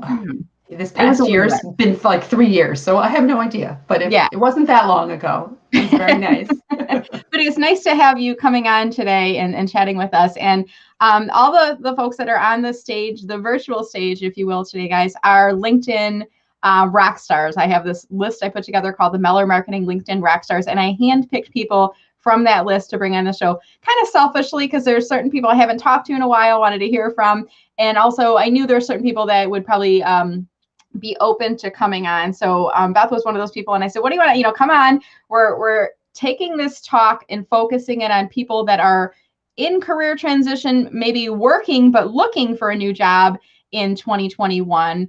And, we had Stella on earlier talking a little bit about resumes, and we touched on some of the ATS stuff, but we're going to go a little bit deeper in this discussion, Beth. So before we get started with that conversation, Beth, could you tell us a little bit about who you are, what's your company all about, and then we'll get the conversation started. Sure. So like many of the people I imagine you're having on, I'm a trainer, consultant, and speaker, and I work with organizations and individuals who want to grow their business or brand using LinkedIn. And lately, when I've been introducing myself, I always feel funny talking about myself somehow. So a client described me the other day, and I really like this. I wrote it down as part friend, part consultant, part confidant, a sales enabler, and a LinkedIn whisperer. And I said to them, well, a friend of mine uses that LinkedIn whisperer as kind of her tagline, so I won't use that part. Who's that? Who is that one? I think it might be Bryn. Someone does. Someone definitely uses that. Someone I'm not sure. watching will know, and they'll tag that person below. Yeah. And I like to say there are no shortcuts to relationships. Mm-hmm. Awesome. Well, I am delighted to have you on, and I think you've got such an amazing personal brand. And when I think of you, Beth, I think early on, you were one of the first people to get access to LinkedIn Live. So you were one of the people I was watching, and you gave me some tips on how to get my application accepted, which was awesome. And then you were one of the early adopters of Clubhouse too. I saw you cross promoting those events. So you've always kind of been on that. I'm more on the once, what's the early adopter phase, and then there's like the bleeding edge and the early adopter, and then there's the mainstream. I'm probably right between early adopter and mainstream. Like I wait a little while to get on, but you've been ahead of the game for a while. So so let's jump right now into this conversation about bypassing online applications. There are people watching and they're frustrated. They're like sending their resume out, they're not hearing anything back. So give us some thoughts and strategies there on how to get through that ATS. Sure. Well, the thing is, and I wasn't able to listen to all of Bobby's talk. I know he talked a lot about networking. So the way to bypass the ATS is to get networked into an organization. Mm-hmm. And so 10 years ago, before I started, actually almost 11 now, so almost 11 years before I started my business, I thought I was looking for a job. Mm-hmm. And I didn't know anything about networking. Luckily, I was invited to an in-person group at the time, and it opened my eyes to a lot of things. Now, of course, I had done internal networking without naming it, right? Building relationships with people in my organization and things like that. But here I was looking for a new job. And it was also the time when I started really exploring LinkedIn for something other than just having a page there. And I remember seeing a job listing, and I said, oh, that looks interesting. Maybe I'll apply. But before I did that, I did a little detective work on LinkedIn, and I found a person that I thought might be the hiring manager. I looked at her profile. The next day, she looked at my profile because we all, I assume you do, like to look at who looked at your profile. At the time, we were in a group together on LinkedIn when groups were a little more active. So I sent her a message because you could send a message to somebody that you were in a group with. And I didn't say, are you the hiring manager? I basically asked for an information interview. And I'm sure people have mentioned that concept. And she was very open to it. We had a phone call. It was a great phone call. She wasn't the hiring manager. She hated the company. She was leaving. And we have stayed in touch all these years and referred people back and forth. So that could have led to, if she liked it there and I wanted to apply, she would have been able to take my resume and bring it right into HR or whoever was hiring. So the key is trying to get to know people in the organization. And you probably already do many times, or have someone that knows someone. And especially big companies, they have a hard time finding really good people. So the people that work there actually get paid if they submit a resume that, or put their name on a resume that is submitted through the system. If they hire the person that works at the company gets paid. So they want to find good people and help bring good people into the organization. So the key really is the networking aspect, and with people in your industry, with people just that you know out in the world. And there are some sneaky ways on, or maybe not sneaky, but people don't always understand how the search works on LinkedIn to figure out if you know somebody at an organization. Yeah, that's a good point. And a lot of people that are watching they may be, if they're working, but starting to think about looking for a job, Beth, because there's many people who wanted to look for a new job at the start of 2020. Remember that? The economy was strong. It was a job seekers market. Things were happening. And then the pandemic hit. And then they said, you know what? I'm just going to, and it's almost like shelter in place. I'm just going to stay here until the dust settles, and then I'm going to start to get out there. But many people, unfortunately, aren't active on LinkedIn until they need to start using it to find a job. So advice for folks that are starting to ramp up, and maybe they want to ramp up kind of quietly so they're not causing any of those red flags. So the first thing really is to connect to people that you know. So connect to your colleagues, connect with your physical friends and people that live near you, connect to people that you know, because then you'll be able to see into their networks, and you never know where they work, where their spouse works, where their, child works. So by expanding your network before you need to, and having conversations with them. So if it's someone you already know, you don't necessarily need to. But if there are people that maybe are on the periphery of your network, maybe they're in a group that you're part of, an association that you're part of, maybe it's time to connect with them. Or if you already have connected with them, it's time to have a one-to-one conversation, get to know them better, because then they are more likely to want to do you a favor of introducing you to somebody. The other thing, besides expanding your network, is to start sharing content, your thought leadership. That doesn't seem odd to anybody if you do it. So just starting to post about topics in your industry, about your expertise. If you're not comfortable doing that, I actually had a client the other day who she does not want to share content. So what we talked about was, that's fine. Engage with the content of others. So if there are people that you are trying to get to know better and they are active on LinkedIn, join those conversations. If they post about something, respond to that. Start having those online conversations that can then lead to in-person conversations. I love that tip too, Beth, because I do a series on, using LinkedIn in stealth mode, and it's not like a setting on your account. It's not like you can enable stealth mode, but it's kind of like these strategy techniques that help to really increase your visibility in a very powerful way, building thought leadership, developing your personal online brand. But nobody's going, oh, she's looking for a job, when you're commenting on other people's posts, because they just see you as a good networker, right? Exactly. And you can be doing these things wherever your community hangs out. So yes, LinkedIn is a great place, but if your industry is heavy on Twitter, so be on Twitter. If the people you do business with or work with are on Clubhouse, be on Clubhouse. If they're on Instagram, be on Instagram. So you can be before COVID, if the people that you want to be with play golf, learn golf, right? So be where those conversations are already happening. Yeah, that's a really good point. And some people are it's intimidating, Beth, if they're not active already on LinkedIn to start.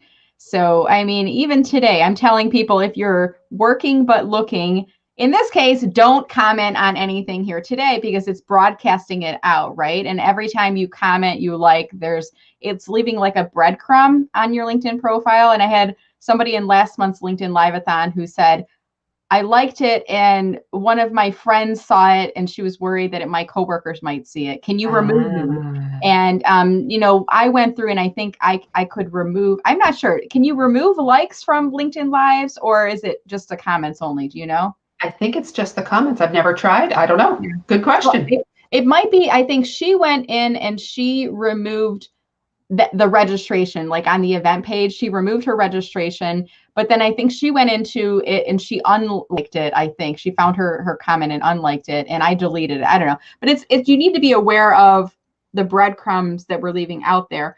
But let's say outside of today's events, how do people find the content for people that they should be engaging with? Any thoughts there?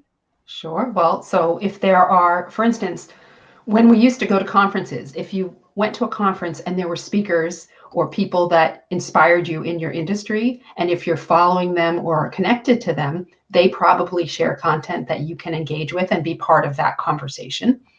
Mm-hmm. You can go to the profiles of people that you know, see if you're what could be your referral partners or become your referral partners, if they're active, engage with their content. Even if it's not related to your industry necessarily, it's doing something that's nice for them, because who doesn't want people to engage with their content? So you might be friends with, your industry might be accounting, but a friend of yours is in real estate and they share content. So go on their content, make a comment, ask a question. It's something that they will want to return the favor. Mm-hmm. Very good. And and the breadcrumbs. People are loving the breadcrumbs comment, yeah. But breadcrumbs can be a positive thing, and to add on to Bobby was earlier talking about, you can build relationships with people by making yourself familiar. And how do we do that? We comment on their posts. We demonstrate that we are engaging with their content, and that builds up visibility. So you can build up visibility in a very positive way to build up those positive relationships and kind of jumpstart the process. So we're here. If anyone's just joining us, we're here today. We're doing this LinkedIn Live-a-thon, and Beth is offering us some tips on bypassing those online applications. So we're not getting into the ATS friendly resume stuff. We're talking about how to use your network to get into a company. And Beth is offering some great nuggets on commenting and other thoughts. So we'll continue along with that discussion. I just want to give a quick reminder on that. Yeah. Something I think in terms of engaging with content or sharing your own content. Yeah. Sometimes people are apprehensive just for the reason you said. They're not sure who's going to see it. So I always like to assume anything I post anywhere on social media might be on a billboard on the highway. Mm-hmm. So just being comfortable with the public nature of it. But in terms of, I think some people don't realize that you can see the people that who are connected to an organization. So if you search for a company on LinkedIn, it'll show you if you have first connections, people that you're connected to on LinkedIn that work there. It'll also show you second connections. And to me, those are the magic people. Those are the people that work at the organization that you might like to work at. And there's someone that can make that introduction potentially. So if you look on the company page and do an all filters search for the area that you might want to work at in the organization, it will show you a list of people that work there. So you can, first of all, see if you can get introduced. Second of all, if they're active on LinkedIn, engage with their content. You are now part of a conversation with a person you don't know yet. And then if you end up sending them a connection invite, they'll already know you because you've been part of their content and that conversation. Yeah, that was a really great tip about the company page. I'm actually going to pull up LinkedIn right now, just to navigate. And I want, if you could, I'll pull up a page and then we'll try to, if it's okay, show people. Yes, let's do it. So pick a company, I guess, right? Somebody in the chat, pick a company. Tell us a name that we would know. Yeah, and I have Bobby's up right now. I'm going to actually navigate back to the LinkedIn homepage while we're waiting for someone just to drop in chat a company name. So we're actually doing a live demonstration right now. This is live. And there's about a 30-second delay, isn't there, Beth, from the time we say drop a company name below in between that and the point that we actually can pull some things up. So I'm not seeing anything coming in just yet. So and I do put in let me think of a name. General Motors. I'm here in Michigan, and General Motors is a fairly large organization. I know there's a lot of employees they have on the page here. So walk us through this right now. Sure. So now put your cursor by where those little photos are. Right here. It says yes. Yeah. So that's showing that Brenda knows over 100 people that work at that company. So those are all people that could potentially walk her resume in to whoever is looking for somebody, or make an introduction to that person. Yeah. And then if the people aren't, and to make it easier, so here's a little tip. Yeah. Rather than if the person you knew, I couldn't see the name of somebody, but if there was someone named Susan that worked there that you knew, rather than saying, hey, Susan, I'm looking to get into the XYZ department. Do you know anybody? If you find the people's names and make a very specific request, and we can show people how to do that, that's so much easier. Because if somebody asks me to introduce them to someone at a company, I'm not going to necessarily know who the person is. But if somebody gives me a specific request, it's either yes or no, or it becomes a conversation. So and I saw we had a couple. So Simona suggested Amazon. So I pulled up Amazon. Okay. As an example. Thank you, Simona, for suggesting that name. So click on the link where it says the number of people that you have that work there. Okay. So click on that. Okay. Yeah. And then my favorite place, all filters. So go to, so yes, you may already know somebody in a department, but pretend you don't. Okay. So click on all filters. Okay. Very cool. And now leave first. Click on second as well. Okay. So these are people you don't know yet, but may want to know. And then let's scroll down to the job title field at the very bottom. There we go. Let's just put in marketing. Okay. Or accounting, or I don't know, put something in. Let's put marketing. I like and show results. Okay, there we go. So now here are these people that work in the area you might want to work in, and you know someone who is connected to them because they work there. So if, for instance, you wanted to meet Rachel because she's the vice president of global marketing, right? Then you can see who you know that knows her. So you see the names below there.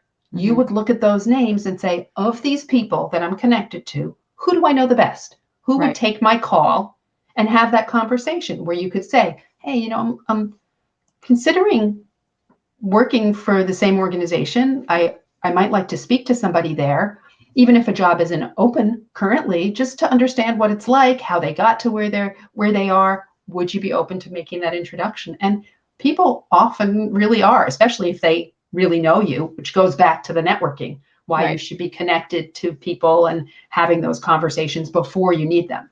Yeah. And I just pulled up, I'm not going to send this out right now, but I wanted to demonstrate. So I clicked to go on Tracy Ann's profile. She knows Rachel. She works with Rachel there probably, right? And I'm starting to type in that message. And in this case, I'm just saying, hey, Tracy Ann, could you introduce me to Rachel so-and-so? And I don't know Tracy Ann personally, so I'm not actually going to send this message out right now. But in this case, I think we want to be careful of manners too, Beth, and expectations. Like if you don't know that person very well, sometimes asking for that introduction, they're like, Brenda, who are you? Right? Yes. And you have to acknowledge facts. So if you see that there's someone you want to meet and maybe you have 4 connections, Right. to that person, but you don't know them, Mm-hmm. maybe that's a sign to get to know them. So there's Right. certainly, and you haven't earned the right to ask for the introduction yet, but because you're connected, you certainly can say, we've been connected here for a while, but we've never really gotten to know each other. Are you open to a one-to-one conversation to do that? Most people are, because you're already connected. You met each other somehow. But you need to earn the right to ask for an introduction. You have to have that back and forth. It's not, like I said in the beginning, there are no shortcuts to relationships. So yeah, I love it. And we're here talking about getting, bypassing those online applications. How do you get around them and really make strong connections? And I could even see, we could kind of layer in the techniques that you've taught us so far, Beth. One is going to the company page and finding people that are maybe connected at a second level. And then couldn't you then go on their timeline, start to comment on some of their posts, become a nice friend, right? And my favorite thing, don't just comment, ask a question. Because if somebody, an educated question, because you've actually read the content or engaged with the content, but if you have content out there and somebody asks you a question, what are you going to do? You're going to reply. So you've started this conversation with somebody that if beforehand you had sent them a connection invite, they wouldn't know who you are. But if you start this dialogue, you're getting to know them. Yeah. I love it. And it's a way too of, we talk a lot about, the LinkedIn algorithm and things like that. But it's really about human behavior and why are we all using LinkedIn? We're using it to build up our own visibility, and commenting on a post and saying, great post, nice article, thanks, that's not helping. But when someone asks a question in my post, I'm always like, wow, they actually put some thought into this. And it's building up that human to human engagement, which is really one of the keys to getting around those online applications. You want to be pulled out of that resume stack, right? And walked over. This is somebody we need to talk to because she is awesome on marketing or social media, right? And the other thing is that we didn't talk about is quietly letting your real trusted friends know that you are potentially open and just sort of curious about a new role now or in the future. Okay. Because what will happen is people become aware of things either in their organization or in other ways. One of my very first clients that I ever got was because the woman looking to work with somebody put out, not publicly, just to a few of her friends, hey, do you know anybody with these skills? I'm looking for help with something. So being able to trust a few people with that insider information that you're open to something is also a good idea. Yeah, very good point. And I see we have our next speaker who's kind of waiting in the green room. I'm just going to pull him up real quick to do a quick audio video check, make sure, and then we'll move him back to the green room again. John Espirian. Hey, John, how you doing today? Hey, John. Hi there, very well, Brenda. Hi, Beth. Nice to see you both. Good to see you. We'll bring you back in just a minute or so, John. We're going to wrap up our discussion with Beth, but great to see you. Thanks for joining us. Cheers. All right, good. And we're bringing, do you know John already? Have you guys talked? I feel like we've talked in a Zoom call or something with a group of us, right? Yes. Yeah. And what's fascinating is, as much as I love LinkedIn, and I do, I feel like I'm getting to know people in our world on your list so much better because of Clubhouse, because of hearing their voices and having those actual conversations. I'm loving it. Yeah, definitely. And while you're talking about Clubhouse, I should know this offhand and I could probably look it up, but what's your Clubhouse handle, Beth? Oh, that's easy. @ Beth Granger. It's easy. It's you're like me. I know some people have some clever keywords and phrases and Yes, I chose not to do that because when I started, it was @ Beth Granger Says, which is my Twitter handle. Okay. And you can only change it once. And I consciously decided I wanted it to be my name and not play the SEO games and try to make it something with LinkedIn or whatever. Yeah. And it's Granger, correct? Correct. Okay, so I'm going to pull that up on screen. I always like to double check on the spelling. Every once in a while, I'm Meller, but every once in a while I get Miller. I saw somebody try to tag me in a post earlier. It's Brenda Miller, and it was the wrong one. So I like to double check on the spelling of that. And I love you're doing such a great job on LinkedIn. You've branched out to Clubhouse. I'm like, Beth is on the bleeding edge, guys. So if you're not already following her, highly recommend you check her out. And I'm going to pull up your LinkedIn profile next Sure. as we start to kind of wind our conversation up for today, Beth. And are you open to accepting more connections on LinkedIn, or what's your personal So- policy? Do you need to know people? Here's it's a little complicated. Currently, I have my follow button as the default because I was testing something.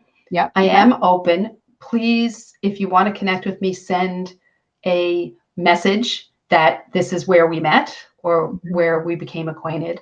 And I do like to either really know the people or sort of know the people. So people who are here with you, many of them, I assume, know you. So yes, sure, just mention that you found me here.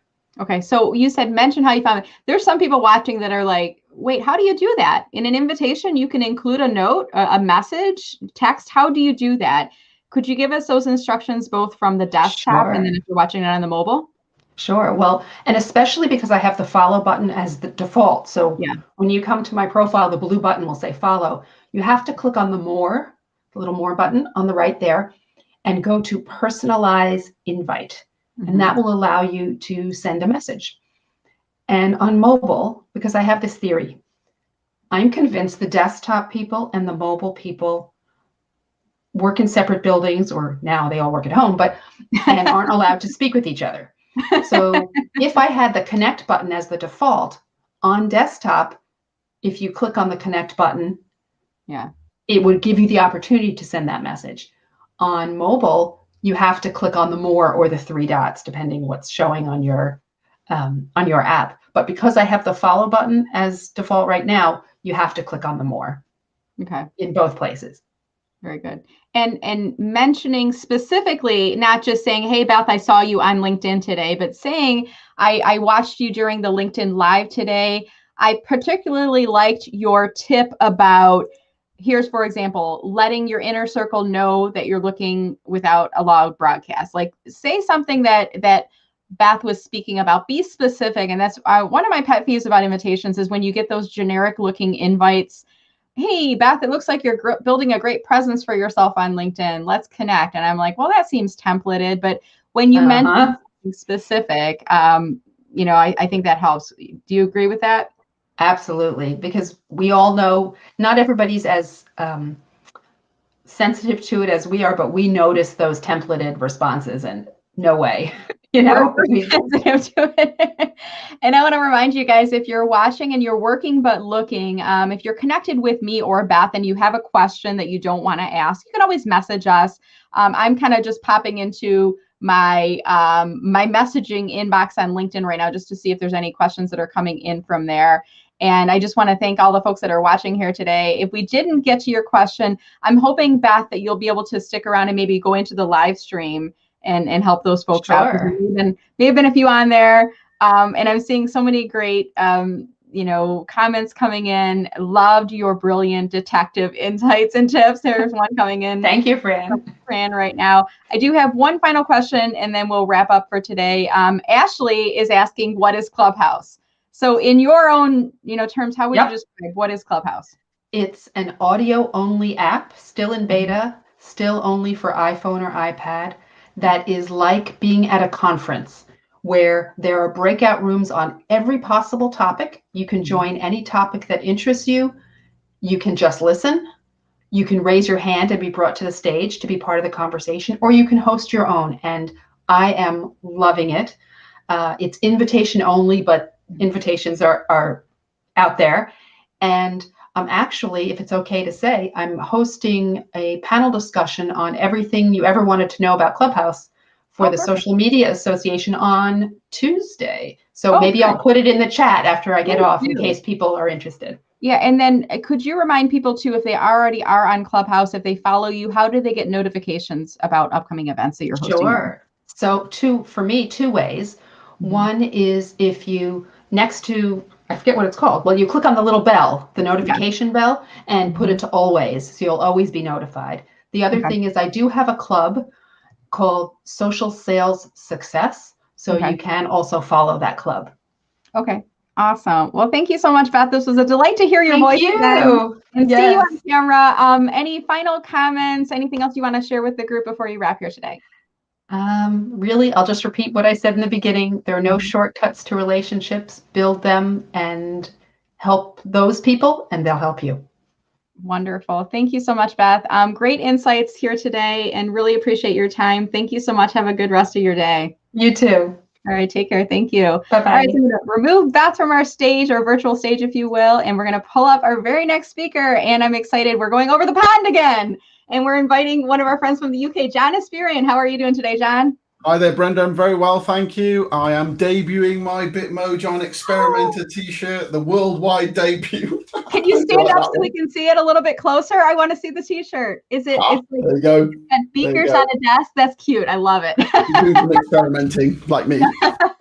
Very clever. Well, thank you, John, for joining us. And we are moving into our kind of second half of our day here on our LinkedIn Live-a-thon.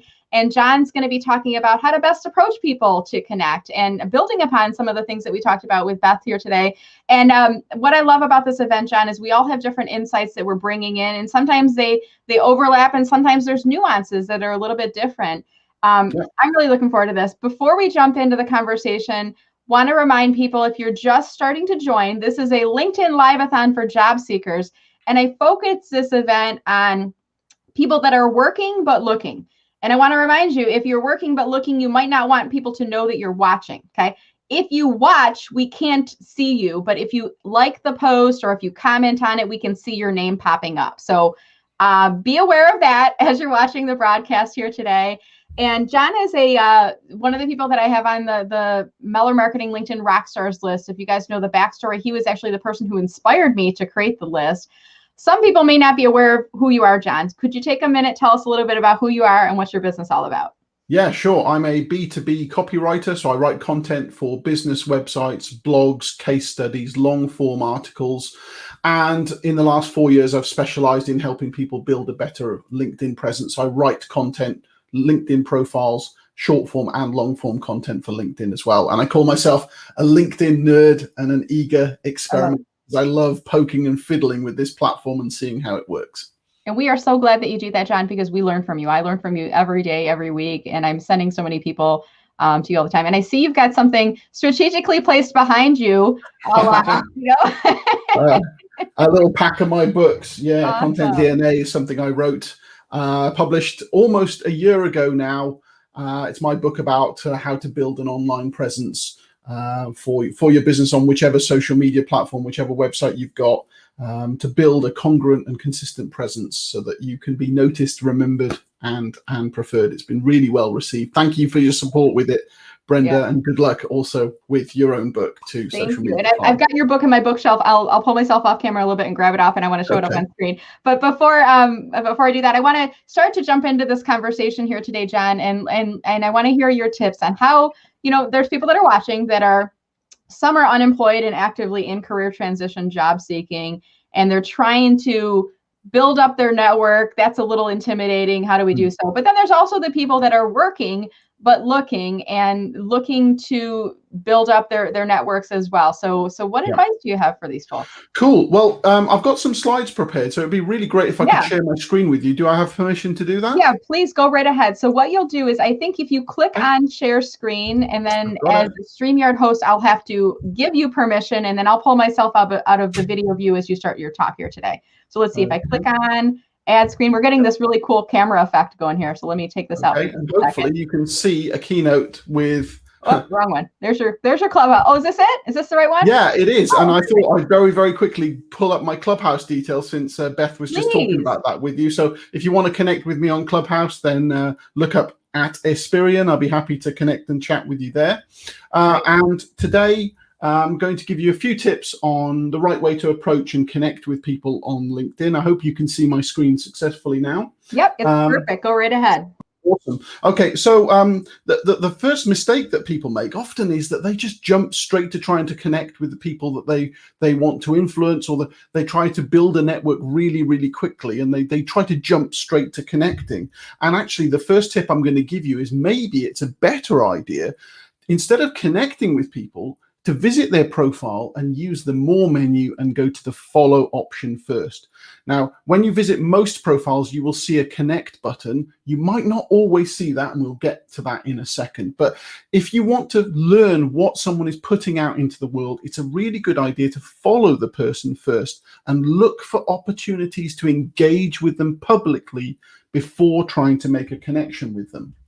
So let's say that you visit someone's profile. What you can do to see whether they're active or not is you can look at towards the top of their profile, they'll have an activity section. And in there, you can see recent comments and posts, and you can click a link that says see all activity. And if you do that, that will take you to a screen that will let you see all of their activity, which is things like posts, but also comments and likes.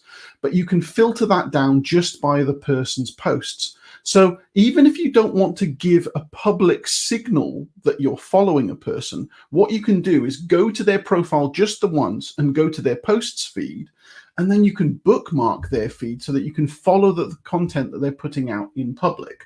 Now, whenever you do this, you'll see that the address bar that you get, what the browser loads for you, will be their profile URL, and then / what I've got on the screen, /detail, /recent -activity, /shares.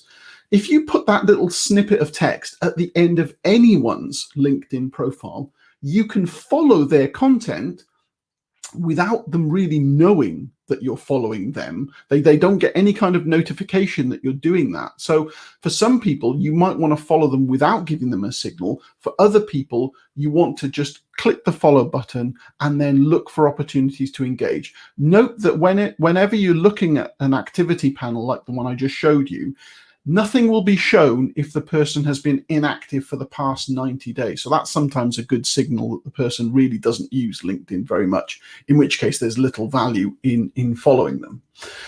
So let's say that you do actually want to connect with someone. So what do you do before making that connection? Well, you've got to do your research. So that includes things like reading their posts and their articles, looking at their about statement, and looking at the featured items, what they have deemed to be the most important things at the top of their profile. You want to read their experience and education sections. Those are the things that read most like a CV, but there's lots of interesting stuff you can learn about where someone worked, what skills they've got, where they went to college, and so forth. Try and read their recommendations as well, not only the ones that they've received, but also the ones they've given, because they've written those themselves, so you can get an idea about their style of writing. Take a look at their interests, their licenses, their qualifications. And one extra bonus tip on this, have a look at the bottom of their profile, see what kind of languages they speak, because sometimes people can speak more than one language. And one of my favorite tips is to find out if they do speak another language, and then use that in your invitation or in one of your early messages to them to say hello or thank you or whatever in that language. Google Translate is great for this, and it shows that you've paid some attention to that person's profile. So let's say that you are actually at the point where you want to try to connect. You've done your due diligence, you've read their profile, you've read their content, then what? Okay, so it's obvious, isn't it? You click the connect button and then you forget about it. No, that's not right at all. Actually, what you should do is click the connect button on the desktop and then click add a note. You don't click the send button, because otherwise that will send a blind or generic invitation to the other person. And more often than not, that's the kind of thing that is likely to be lost in the noise, especially if the other person is really quite busy and has tens or even hundreds of invitations coming in at them every day. So if you click add a note, you get up to 300 characters to write something based on everything that you've learned about them, everything that you've seen from their public content, everything that you've learned from reading their about statement, and you can write something personal. So use the person's name. Refer to something that they've produced, some content that they've written, something that was interesting in their profile, some kind of area of common interest if you can. And even though you've got up to 300 characters, you don't need to use anywhere near that many. I usually recommend something about 100 to 150 characters, about half of your total allocation. That's enough to get across some personality and show that you're targeting just that one person, not a blanket message that you would send to everyone. Now, if you visit a profile and you see the follow button by default, then that means that the person has made a change to their account. And if you want to jump straight into connecting with a person like that, you can do so through the More menu and then click Connect. So actually the follow button and the Connect option have switched places in this case. If you've chosen to follow someone first, and then you visit their profile again a second time after you followed them, you will see then that the follow button will automatically convert into a connect button.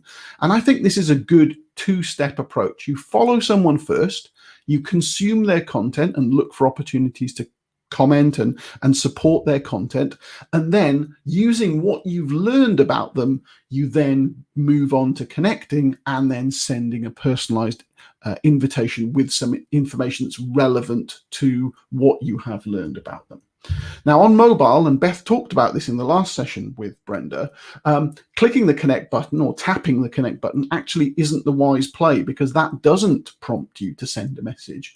So instead, to make sure that you do send a personalized invitation, on mobile you tap the More button, and then that will pop up an extra menu, and in there you select personalize invite, and that then gives you your same 300 characters to write something personal so that the person will connect with you. Once you've made a connection with someone, so let's hope that someone has accepted your invitation to connect, there are a couple of things that you can do to really personalize communications. One of them is to send a voice note. So on the mobile app, look for the microphone that's to the right of the text entry field.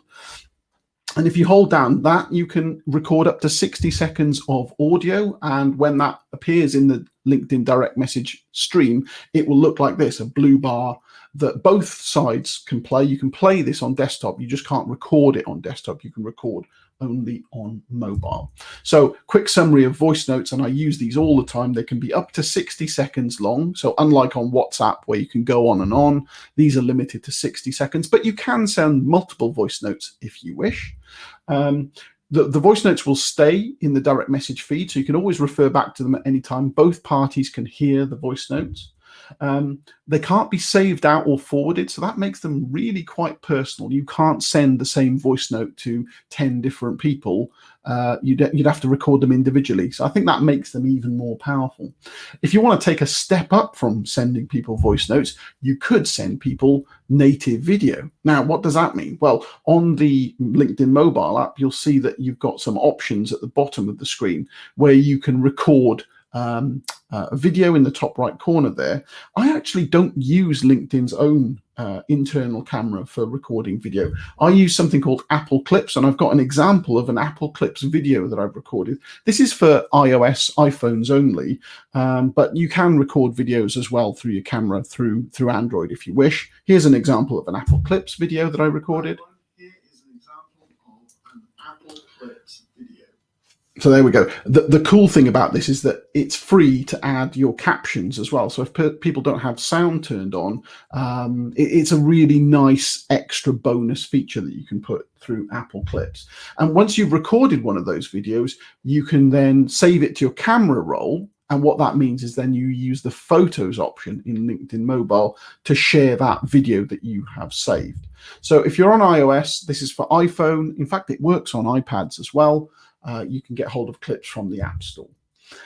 When you record videos for people, it's a good idea to use square videos as opposed to landscape. So I've got a landscape example on the left-hand side. I've got a square example on the right. And square is kind of better for LinkedIn because it takes up 78% more space on the screen than a landscape video does. And that's good for getting people's attention and getting them to click on your stuff. Now, what about direct message introduction? So here's what I do when someone tries to, get in touch with me and direct message me. I'm going to read the person's profile and their incoming invitation message. I will, if I'm going to accept, I'll send them back a quick hello via text first. And then if I get a response to that, I will send them a voice note, as I showed you earlier, or I'll probably send them one of my Apple Clips videos. Sometimes when time is short, or if I'm in a noisy space where I can't really record a voice note or record a video, I might send them a pre-recorded video message. And this is what that looks like.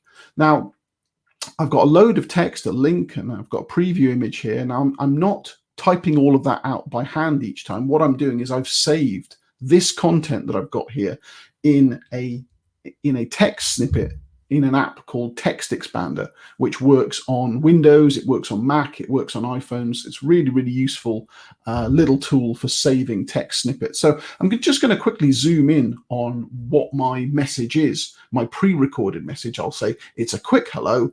I send them a link to my pre-recorded message, and then I've added a bullet list with emojis at the front to say what this is. It's not a sales pitch. It's nothing inappropriate. And I say the camera adds £10. And that's just a little bit of humor, and it tends to put people's guards down a little bit, and they'll be more likely to click through to watch the video. And then on the first still of the video itself, I've put kind of some deliberate trust signals in here. So you can see that I'm smiling. I've got an open hand waving at the screen. I've got some personal branding stuff going on. So you can see my name. You can see my book in the background. I've added captions so you can see that you can read along in case you don't have the sound turned on. And I've also at the bottom given it a title, which is Quick LinkedIn Hello for Non-Meanies. All of those things I'm hoping are going to build trust with the person who's going to look at this to say, yeah, this is worth clicking and worth spending 30 seconds of my time looking at. Okay, another quick tip for you about engaging with people is make sure that you follow back the people who are following you. So you can take a look at who's following you for chances to engage with people, because you're much more likely to connect with someone who's already following you. So if you go to linkedin.com/feed/followers, you can see who's following you, and from that list of people you might think, oh, that person would make a great connection. Maybe they've been following me for a while. I'm going to go and find out more about them, follow them, and maybe I'm going to go and try and connect with them. But if you do that, it's important that you just don't jump to sales, because it's probably the biggest mistake, and it's the number one thing that I think has turned off a lot of people from LinkedIn is they connect with people. Maybe they connect with too many people, and then a proportion of those people just jump straight into their DMs, and they're trying to sell their course, trying to sell their product, trying to sell a service, and it all feels very salesy. So don't be that person who jumps straight to sales. Try and have a human conversation with people when you engage with them in public, but also when you connect with them in private and start direct messages. And it's very important wherever you can, and this is my whole ethos to all of my content, is to try and offer something of value to the other person first before asking for anything. The more value you can offer, the more valuable you become to your network. And that means that people will want to refer you for work. Maybe they're in a hiring position and that's exactly what you need right now. Or maybe they know someone who needs exactly what you can provide. But if you're a non-salesy and you can offer value first, then you'll set yourself up for success on LinkedIn. This is the long way of doing it. It's the long game rather than trying to jump for immediate results. But it's really worked well for me over the last 4 years. I've got loads of tips on LinkedIn on my LinkedIn Learner Lounge. So go and take a look at esperian.co.uk/LinkedIn. That's all I've got for you today, but we're going to open up, I think, for questions back with Brenda now. So I think I can stop sharing and we can crack on from there. That was awesome, John. I love there's so many things I love about all the tips. I love the little, the Bitmoji John, where he's holding his hand out saying, can I have some money? Like, there's so many people that go too fast into that sales pitch and, not understanding the etiquette. But I love your sense of humor, your brand. And I got to give a big plug right now, you guys. This book right here has so many awesome nuggets. If you are in career transition, or, you're unemployed, actively looking for a job, or even just starting to think about that process of how to build up your personal brand. I bought this book, John, because I'm a friend and I'm a fan of yours and I love the information. And I was like, oh, it'll be interesting to read. I mean, I got stuff from this book. I remember I was like earmarking pages. I actually, if you guys are friends with me, if you have my cell phone number, if you call my cell phone, I'm going to turn it off right now. If you listen to my voicemail, I got a little tip from John that I have in my voicemail right now. Nice. So you can call and listen to it. And there's so many great little nuggets from him in the book. So I have to give a big push there. We're going to open this up to some Q&A. So if you guys have any questions for John, this is your chance. Go ahead and ask your question now. Don't be shy. Okay. Beth I'm was being commenting. prompted to stop sharing, by the way. Should I click the Oh yeah, stop go sharing? ahead and stop sharing. It's not on screen anymore, but Cool. yeah, totally fine. Awesome. So Beth loves your experiments. I do too, John. Tell us a little bit about, do you have a schedule of experiments, or how are you doing these things? Yeah, well, I've decided now to make all of my content experimental. So once each at the start of each month, I'll pick a new topic and I'll test that for the month. And then the following month, I'll write up the results and share them with my Espresso email subscribers and with my community on LinkedIn. Right now, this very month, I'm testing a video every day. Because my theory about that is that people will get bored of my face pretty quickly. And so my view counts will go down, because one of my tips is to make sure that you vary the different types of content. You know, maybe you put out a poll, maybe you put out a document post, maybe you put out a video, maybe a text post. But if you put all of one type, I think that gets really boring. So I'm just putting that to the test. My test for next month is going to be to sign up for a 1-month trial of LinkedIn Premium and really put it through its paces, and then share my experience and say to people, okay, do you really need to pay for this platform? What are the benefits? What are the drawbacks? Is it worth it? And I thought, so that's what I'm going to be doing next month. But once a month, I'm going to pick a different topic and I'm going to go for it on LinkedIn. Okay, very good. So you don't have premium right now, or sales navigator? I don't know. I've been grateful enough that I've been lucky enough that I've been able to grow to 33,000 followers now without paying at all for LinkedIn. And the reason is because LinkedIn doesn't really restrict your organic reach. So, you know, it doesn't stop you filling in your profile for free. It doesn't stop you creating content for free, recording videos, whatever.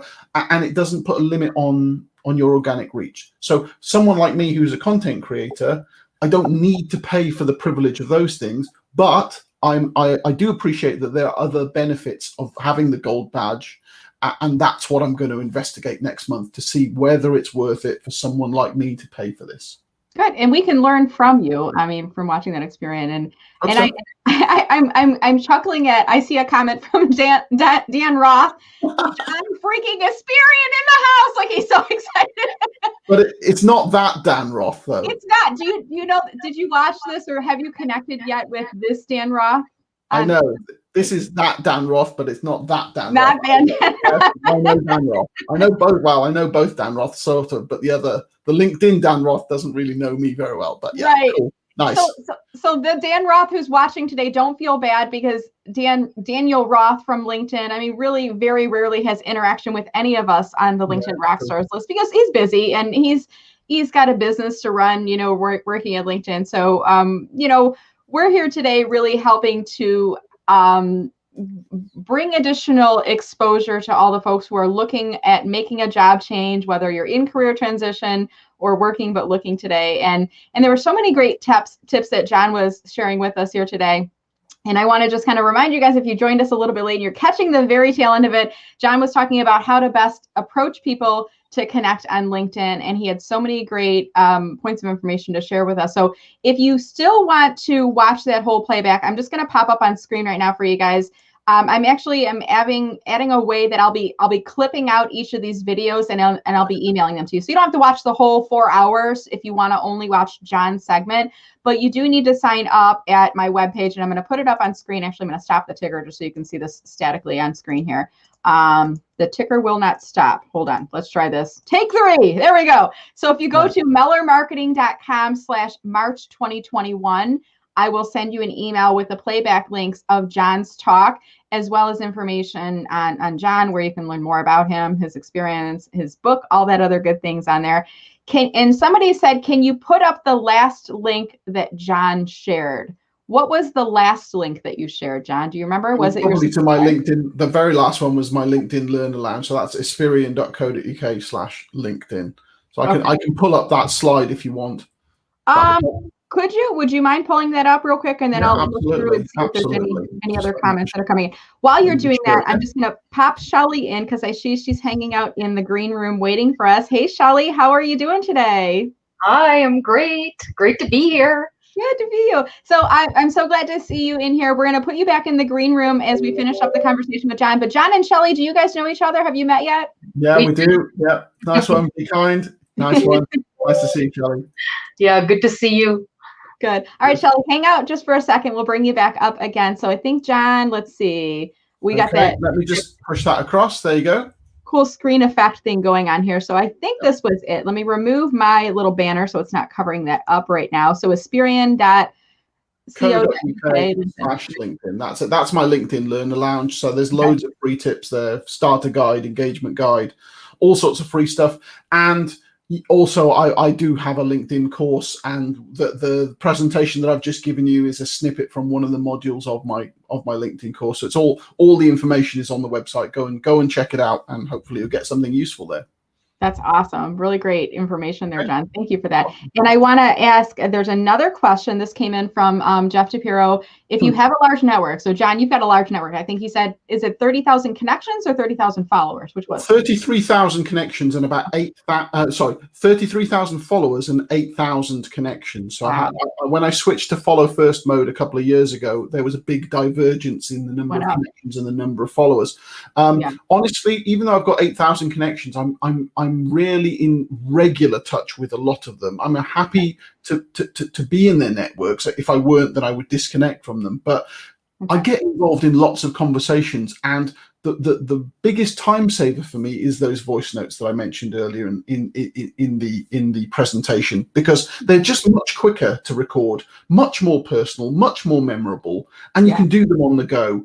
And so I just voice note probably like 20, 30 times a day easily, which sounds like a lot, but it's a great way of keeping in touch with people, much more personal, much more memorable. So I recommend you give it a try if you use the LinkedIn mobile app. For me, it's been a game changer, especially since Clubhouse has come along, where people are already kind of audio focused. And then you hit them with a voice note, they're like, yes, I love this. So it's been really powerful. So that's one of the techniques to answer Jeff's question. How do you keep all those relationships going? Do you message people on a regular basis? You know, what other advice would you have? And thinking about people that are maybe looking for a new job or maybe actively unemployed and career searching, what tips would you have for them? Yeah, I mean, I think that the most important thing is to position yourself as not the person who is only active only when you need a job. That's kind of a bad long-term play, because then what that does is it sets the agenda that this person is probably going to get in touch with me only when they need something. That's not the feeling that you want to give someone else. So it's a good idea to just set yourself reminders to keep in touch with people, and especially the highest value people in your network, the people who can really connect you with others, the people who really deliver value, the people that you want to associate yourself with. Keep in touch with them on at least a semi-regular basis, so that you're not just going to them when you need something. You just check in on them every now and then, see how they're doing. You know, you've seen some content, it made you think of their specialism, you send it to them. You share something that you think that would be interesting. You try and introduce them to someone really cool that you know in your network. Not just when you need something, but just because you're trying to be a good person, trying to help the other person. That's the kind of person that others want to know, and that's the best way of doing it. Great advice. I really love it. And you're such a positive person. You do this for me. I mean, you send me stuff sometimes, and you'll remember I posted asking a question. It was the other day. I was posting about how long can our sliders be, you know, sliders, quote unquote, when you upload a PDF, how many pages? And I put 31. And I think you messaged me later on. You're like, there's somebody who did 100 pages, and you sent me the link. And I was like, wow, that was really nice of you. Yeah. Well, I mean, you know, why not try and go out of your way to help other people? Honestly, it is worth it in the long run. All of this stuff, whether you believe in karma or whatever, it all comes back. If you're a good person, it will come back. So be a good person on LinkedIn. It will pay off in the long run. So I'm going to do one final question, and then we'll wrap up with you, John. And this is a question from Yolanda. If I update my LinkedIn profile, will all my connections know? Well, I think LinkedIn has a setting that for certain things where you can choose, you know, I've updated my headline, do you want all of your network to know about these things? So you can opt to notify them, but that doesn't apply to every part of your profile. For me, unless it's a really significant change, I wouldn't try and notify my whole network about that personally. But it depends on your circumstances and how important it is to get that message out right now. If it's important, then fine. But please don't overdo it. You know, if you're just using it to push notifications to people every week because you just want to say, hey, I'm here, hey, I'm here, hey, I'm here, that's not cool. Don't do that. Yeah.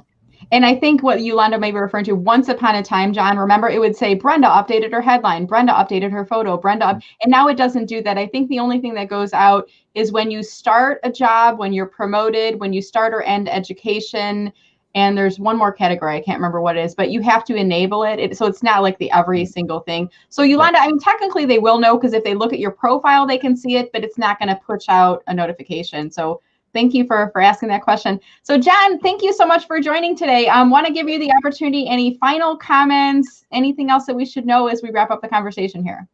Just my number one tip for LinkedIn is get involved in more conversations, both public ones through people's comments and people's posts, and privately through direct messages. If you can start more conversations or get involved in more conversations, you will get better results from LinkedIn. It's the long, slow burn approach, but it really works. Start more conversations. Awesome. And if you want to connect with me, yeah, I know you asked that to Beth. Please read my about statement, because there is a secret word lurking in there. And if you use that secret word, I'll be much, much more likely to accept your invitation to connect with me on LinkedIn. And I can't believe I haven't pulled your profile up yet. Let me pull the screen up. It'll take me just a second to enable this on LinkedIn right now. But here is John's profile on LinkedIn. And John, you do such a great job of personal branding. You're a great example for anyone to follow who may be struggling with, how do I build my brand on LinkedIn? I mean, consistency in communications and messaging, all that other good stuff. Here's John's URL up on screen. And are you open to accepting new invitations, John? Absolutely, I am, but I will be much more likely to say yes if you use my secret word in my about statement. Awesome. All right. Thank you, sir. Have a wonderful rest of your day. And thank you again for joining us. It was a delight. Awesome. Thanks for having me, Brenda. Cheers. All right. Take care, John. Thank you. All right, guys. So we're moving along. Oh, gosh. John was just amazing. So many great nuggets. I learn from him every single time. I hope you I feel the same way. Great information there. So Shelly, you're up next. How are you doing today? I'm good. I think I need a secret word in my about section. Yeah, right. And I bet like people are going on John's profile right now, like, what's a secret word? It's never thought about that before, but I'll have to include that. Yeah. And how are you? Now you're joining us from Toronto, am I remembering correctly? Toronto, Right. Canada. Yeah. How's the weather there today? The weather is beautiful today. It's been beautiful for the last 2 weeks. Okay. So I will be going for a walk after this presentation for sure. Oh, wonderful. Well, I am delighted that you've made the time. I know it's on Saturday, and I'm like, part of the reason I planned this event on a Saturday is I'm steering this event towards people who are using LinkedIn for job search, and specifically today is for people who are working but looking. And a lot of times they're not able to come on to webinars during the work week, and they're missing out on a lot of these sessions. And I'm like, well, Saturday morning, while they're, we're now into the early afternoon here in the US and in Toronto, but yeah, maybe they could kind of watch it. But even if they're not watching it live, there'll be an opportunity to get access to the playback later. But I want to jump into your talk in just a moment here. We're going to be talking about crafting a standout LinkedIn about story. Before we do that, Shelly, I know you from the LinkedIn Rockstar list, and I kind of feel like Jeff Young nominated you, but maybe I stumbled upon you. I don't remember. I associate you and Jeff because I see you guys interacting a lot on the platform. But for those people who don't know who you are, Shelly, could you take a minute or two and tell us a little bit about who you are and what's your business all about? So I'm the president of LinkedIn Express. I do a lot of speaking engagements and a lot of it tends to be more group training with LinkedIn in terms of helping teams, special groups, women's groups, and helping them to, navigate LinkedIn and also enjoy the process and build community. So I like to do group sessions. So I do a lot of group coaching, and I'm also the LinkedIn, I guess the resident LinkedIn trainer at University of Toronto.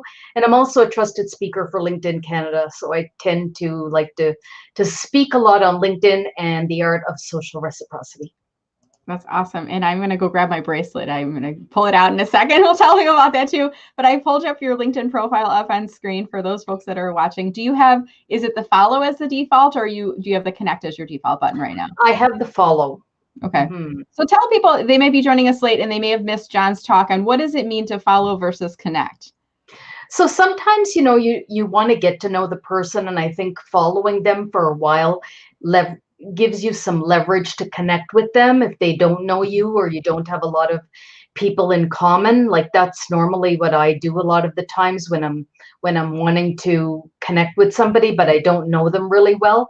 But I always want to tell them my why for reaching out. So I tend to follow them for a while, get kind of a grasp for their content, what their offerings are, what their specialties are, what makes them stand out. And then I use that as a way to reach out, because I normally want to reach out with people that like inspire me, and because hopefully I'm doing the same. So so if you just hit follow, it's just a way for you to kind of get to know that person. You'll get that person's content in your feed. You can go and search that person if you want to know more about what they've done in the past, and then hopefully that's going to lead to possibly connecting with that person.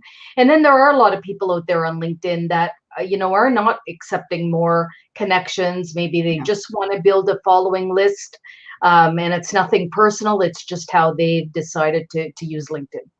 That's true. It's and to each his own, right, Shelley? And it really depends on where you are in your business and your career and in how you're using the platform. So we're going to talk about creating a standout about story on your LinkedIn profile. And I'm going to, are you doing, I can't remember, are we doing slides today or are you just talking? I can't remember. Oh, well, I can talk and I can use my own profile a little bit. Okay. And then if we want to show a couple of examples, otherwise I have a couple of examples I want to showcase, but I can even read them. Awesome. And I'm very much a I pull back the curtain as I'm doing things here too, Shelley. Do you use StreamYard too when you're doing your live streams, or do you use a different platform? Sometimes, yeah. Okay. So you're familiar with it. So if you wanted to share your screen, just click on share the screen below, and then I have to enable it to give kind of permission for that. And as you're doing that, pulling it in larger screen, I may pull myself out of a video just for a moment, but I'll be in the room with you the whole time, and then we'll move into Q&A in about the last 10 minutes. So let's get started here. So people are watching, Shelley, and they're like, okay, I need a new job. I don't want my employer to know, and I've heard this about statement, and I'm just going to drop from my resume what I have in there, right? Is that what I should do, or no? Definitely not. It is not your online resume. If you want to pull up the LinkedIn, Brenda, we can go from there too. You want me to pull up your LinkedIn? Yeah, sure. Okay, I'll take a look at that up there. My LinkedIn story. So the about section is really, really, really important. Not only is it the biggest area that connects with the LinkedIn search algorithm, so in other words, helps you to be found, it's really where you have, in some cases, 2,600 characters to really tell who you're about. So I checked mine today, and I have 2,572 characters. And so in this case, more is more, because when people see your about section, they actually only get to read a couple of lines. And the whole purpose behind that is because you want those first couple of lines, like it's your story starter. So you want that story starter to kind of draw people in and be compelling, so that they expect they don't expect the unexpected, they expect the expected, which is your resume. You don't want your resume has your own job, so you want your LinkedIn profile to really talk about who you are behind all of those titles. At the end of the day, on LinkedIn, titles really don't matter. So your about section is really, really going to be about impacting people with what you have, what you offer, what you can showcase, and what you've done in the past along your career journey that's going to show people the kind of person you've become as a result. So I have this kind of, this quote that I think is perfect for just bringing it into perspective. If you want to leverage the about section, think about it as essentially what you bring that is valuable to someone else, plus your ability to help them see that value. So, not only talking about it, but creating it and writing it in a way that will have that emotional connection with other people. So like John said previously, he talked a lot about giving on LinkedIn and about, building that trust. And in this about section, you have 2,600 characters to build trust. So think about it, if you were given that kind of stage or that opportunity or even a coffee, and you had that space to just kind of talk to people about you, and you would want to include all of those things that really holistically make you up. So if we go to I'm just going to use mine for a little of example, but you really want to start off with a story starter. So I start with, running off the stage and losing a shoe when I was young. It didn't boost my confidence. So this is a story that I use because it actually draws into the way that I feel people actually get success. So building relationships and building community on LinkedIn is my number one. Yes, of course, you have to build a really great profile, including an about section. It's so, so important. But the reason you're building it is because it's going to help you to establish trust with other people. So when they come to your about section, you want them to hit that more button. Every time somebody hits more after those first couple of lines, it helps you. It helps not only for your profile to be elevated, but the algorithm kicks in that people want to read your story. So you want to be really, really focusing on creating something that is compelling, impactful, and really, really showcases you. So after I do my little story starter, Brenda, you want to go down a little bit? I really just get into talking about what my why is. So if you think about Simon Sinek, he always says about understanding your why. And 10 years ago, I had something happen to me where I paid a coffee forward to somebody from LinkedIn, and that changed my life. That person became my mentor. But it was a very, very critical point in my life because that person became my mentor, introduced me to the right people. And from there, I realized the kind of LinkedIn trainer I wanted to be and what I was going to use to formulate my niche. So that's why I give a little bit of introduction about the importance of social reciprocity, the fact that I paid a LinkedIn latte forward. Then I go down to talk a little bit about the things that support that. I get in, I talk about, the fact that I combine that with all of my career background. I've been a career development specialist for well over 15 years. One of my missions and goals is to help job seekers to realize that it's confidence at the end of the day and showcasing what you have and not backing down from showing those accomplishments. So I give kind of like a background into my why, what is important to me, what drives me, and what do I advocate for, to tell people a little bit about my personality, because then they're going to figure out why kindness and why giving and why social reciprocity really is my foundation to how this tool, how LinkedIn works for me and how I become successful on LinkedIn.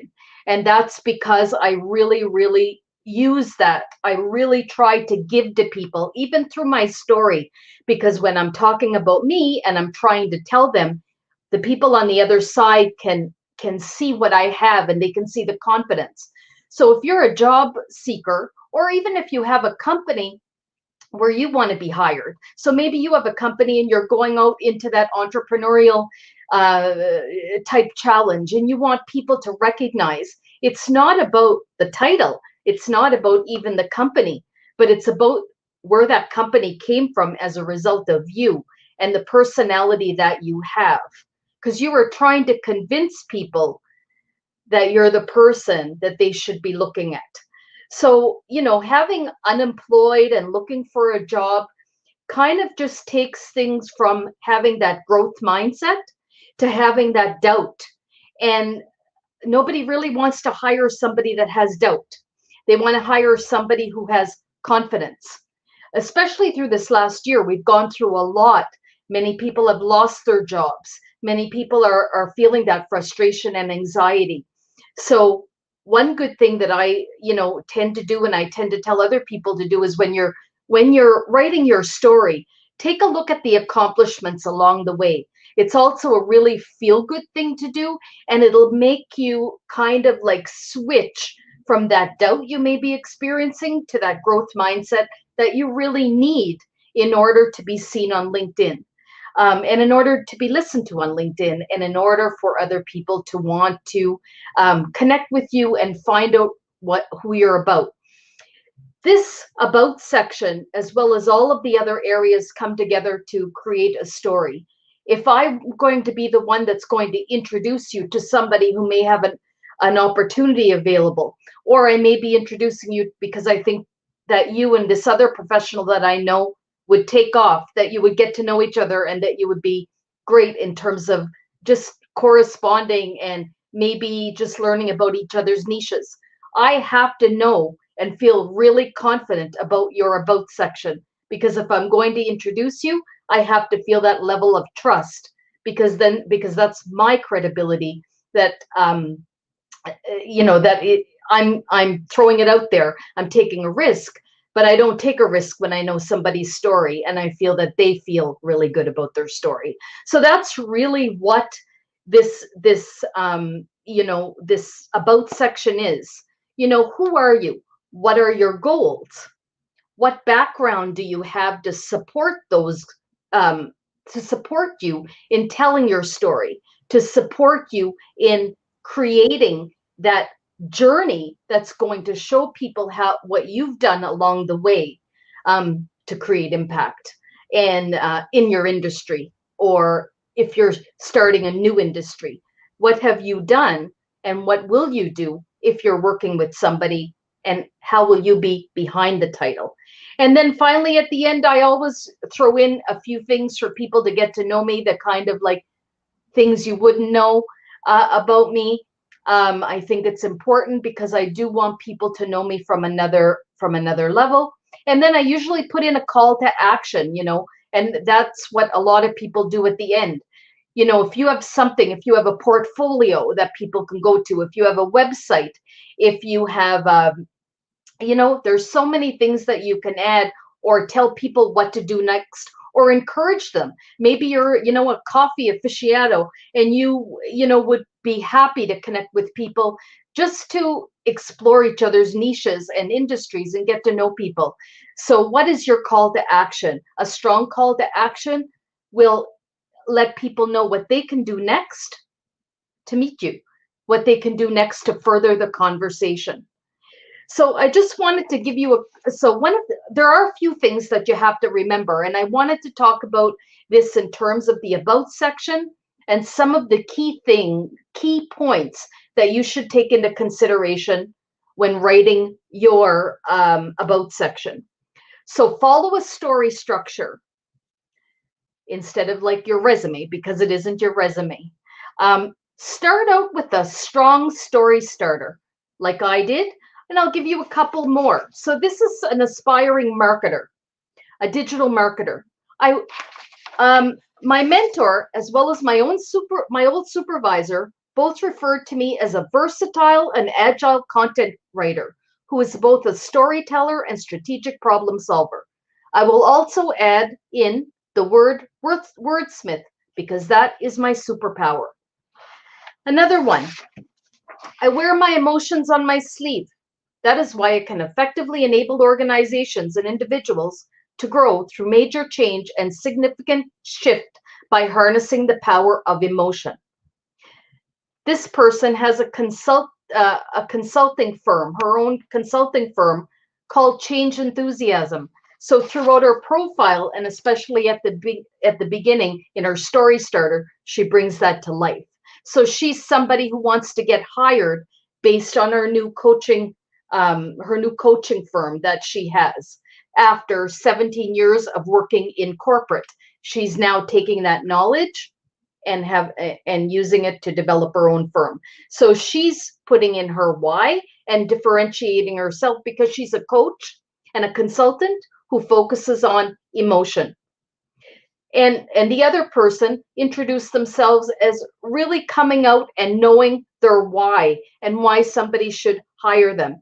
Because again, they even, that person even said, my background is writing, and this is what I've done, and this is my superpower. So really coming off strong, and then the rest of the about section should come back to that very first couple of lines that you've introduced. It's strong. It's supposed to be strong. And it's supposed to make people want to read more because you're giving them something that's touching them. You want to touch them emotionally. The other things that you want to remember about building your about section, speak to your industry expertise. Don't worry about what anybody else is doing. There is no one story that fits all. Create your own story. Think about your specialties and skills and sprinkle them throughout your about section. Because as I mentioned earlier, this is one of the key sections for the search algorithm. So you do want to make sure that you have some key skills and keywords that can be picked up. One good, one thing that you can do to get some of these keywords, if you're not quite sure, is go to LinkedIn, the LinkedIn job area, take a look at some of the postings that are in line with the postings that, maybe a job that you'd be interested in, and they will tell you right there the kind of words, the keywords that they're using and that have been searched. And you can take them if they match your profile, and you can also put them in there. So provide data. Numbers are always good. Highlight professional interests. Always write in first person.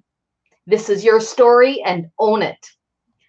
Show your personality. This is the place to do it. People connect with people because they like your personality. Align it with your brand statement. I call it the brand statement. I'm sure it was called tagline or headline before, but I like to call it branding statement because it sets me up for my about section. Break up the blocks of text. Nobody wants to read a big, long, about section, especially now that we have about 2,600 characters to work with. More is more. I think I mentioned that before. So, I often get people ask me, should I just write one paragraph? No, I say use everything, every bit of space you have. And with a call to action so that you can further the conversation, that you have something to go on. And use the featured section. So there is a featured section. Brenda, could I ask you just to go to my featured section? And I love this featured section because it allows me to put anything that is happening right now that is like, top of mind. Like I'm going to put in the next thing around is what's happening today. I didn't have a chance to do it, but like I put in, there was an article I was featured in. I was featured in 31 women who are impacting and creating change. I was in charity not too long ago. So I'm always trying to keep it really, really robust. And this is a way for you to showcase anything that you may have done in the past and anything you may be doing now that will help people to learn more about you. Remember, you always have your ideal audience in mind and you always have your goals in mind. So you have all of those characters to use to create a really, really robust about section. And then you have a featured section that can help you bring that to life visually through featured articles, through videos, through pictures.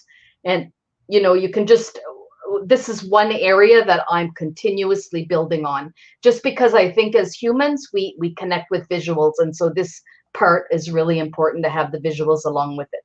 So just remember, who are you writing to? What are your offerings? What do you have that other people don't?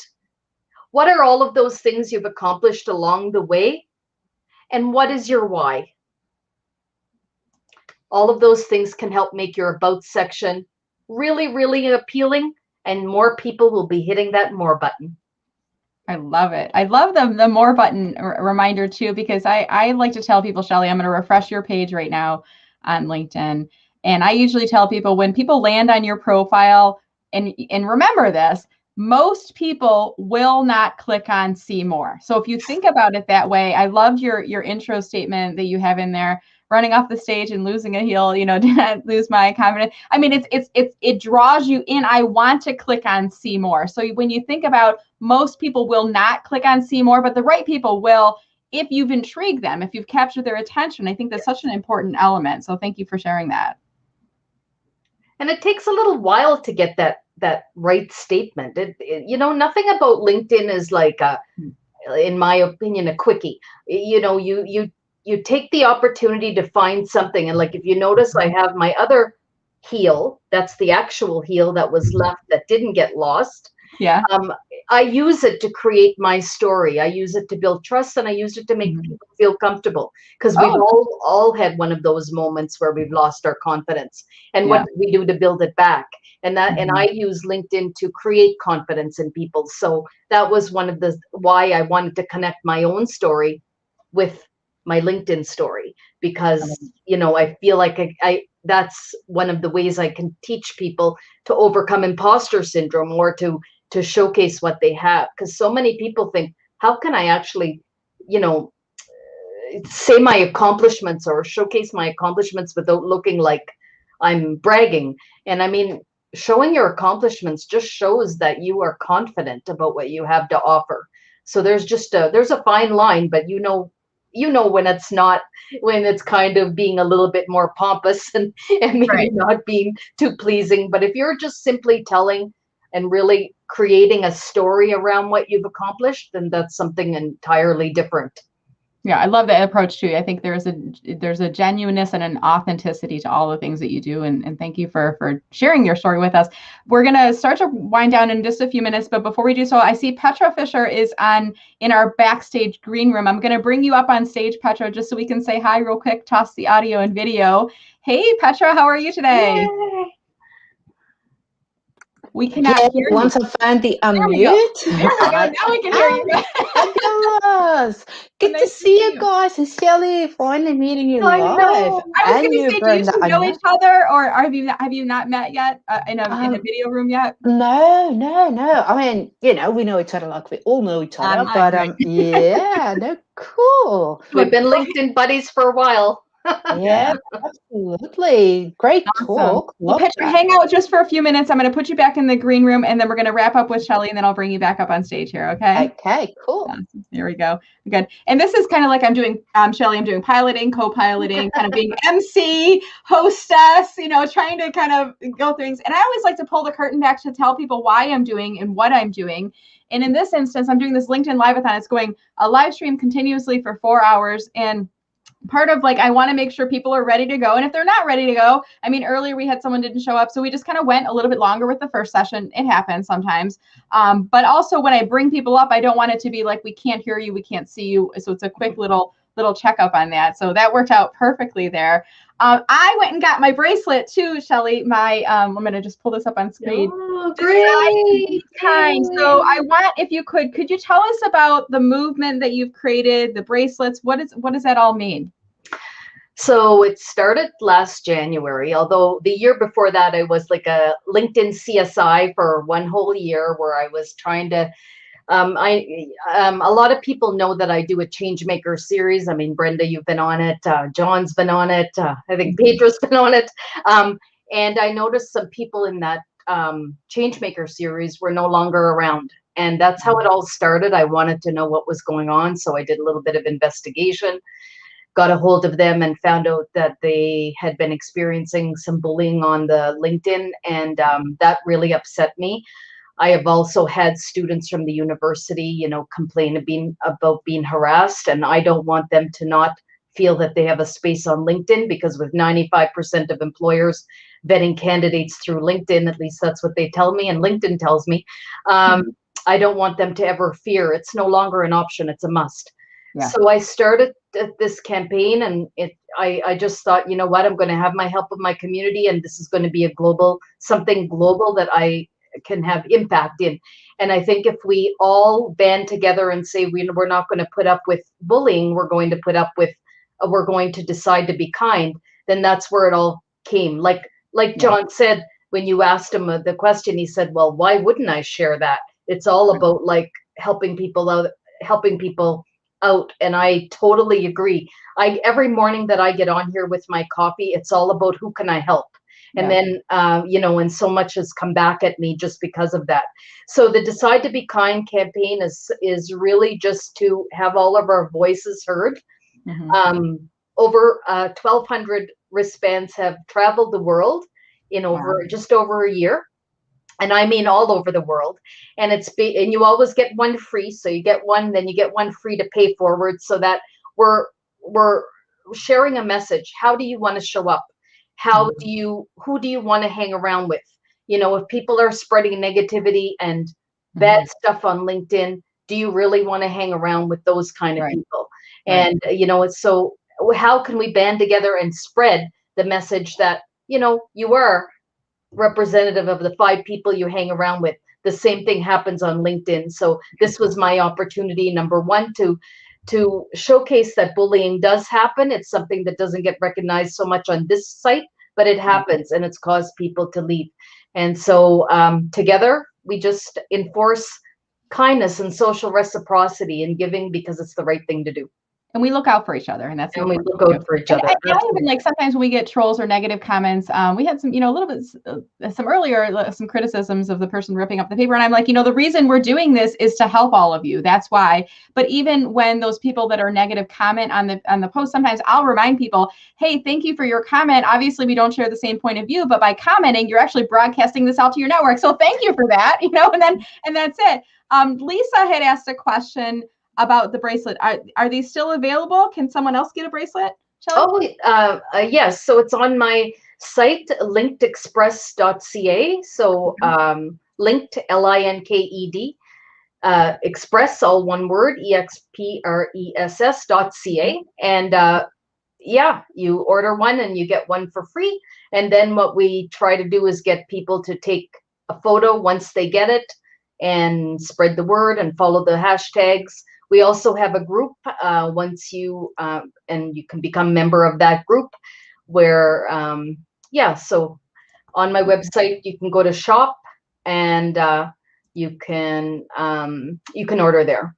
All right, perfect. Thank you so much, Shelley. And as we wrap up today, any final comments for folks that are watching? And we're doing a great job of sharing with them about building a powerful about statement. So any final comments, anything else you'd like to share before we wrap? So just, keep in mind that your profile is who you are even if you were going to a live networking event. So just think about that about section as your opportunity to introduce yourself in a positive and appealing way. Take advantage of it because you want people to learn about you, and that is what's going to help you to get the opportunity that you're looking for, because LinkedIn works actively and passively. So as long as there's some really great content to go with, then you will be found as well. Awesome. Thank you, Shelley. And for those that are watching, they want to connect with you.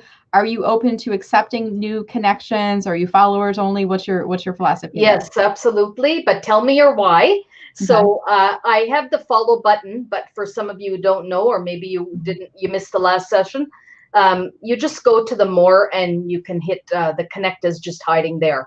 But absolutely, I love meeting new people and building my community. Oh, thank you, Shelley. And I hope someday we'll have the chance to meet in person. We're not too far away, Toronto and Metro Detroit, but it was such a delight having the time with you here today. I just want to say thank you so much and really appreciate it. Oh, thank you. And I'll be heading down that way, actually, once COVID is all. Oh, good. So we will be doing this in person. Awesome. Well, great to see. Thank you, Shelley. And if you're able to jump on the live stream on LinkedIn, there may be some additional comments and questions that are coming in that we couldn't get to. If not, have a lovely Saturday, and I'll be sure to share the links with you. Absolutely. Thank you. All right. Take care. Bye. Thank you. All right. So moving on, we're in our final hour of our LinkedIn Live-a-thon, and I want to pull up on screen. Let me just take off the banners on there. Petra Fisher. Hey, Petra, how are you doing today? Hey, pretty cool. So excited to be here. Absolutely amazing lineup today. Thank you. Now, where are you joining us from? I know we're in different places in the world. Where are you joining us from, and what time of day is it right now? All right. Well, it's 6 p.m. And I'm in Amsterdam, so opposite side of the ocean to you. across the pond, if you will. I remember Yeah. John Syrian when I was first connecting with him. He's like, "Oh, I'm just across the pond, just a hop in That's it. and Yeah, just a bit of a swim. I used to be a learned swim instructor, so I Yeah. would just come on over. Come on, swimming over. And Petra, you are one of the, I have a list, I have it called the Meller Marketing LinkedIn Rock Stars. And I can't even remember. I should have kept track, like how I first heard about people. If you were referred, if you reached out to me, if I found you, if you were recommended, I can't remember, but I've been following you for ages and ages. And I always love your LinkedIn posts and you have a great personality. Thank you. Oh, and I had the wrong topic up on screen. Let me try this again. Oh, yeah, and that list of yours, I don't know. I was suddenly on there. I think that's even how I found out about your list. When you tagged me, when you posted it, and I was on there. It's like, oh, cool. Yeah, it's crazy. Well, I went through my Rockstar list, and I strategically, I'm like, who would I kind of like to hear from, and who do I think could add value? And it's so hard because there's like everybody's my favorite on the list, but I'm like, I handpicked a couple people that I hadn't really had the chance to talk to individually. And you were one of those people. I'm like, I love your post. You make me smile. You have a great personality on your profile. Do you want to come on and talk to the group?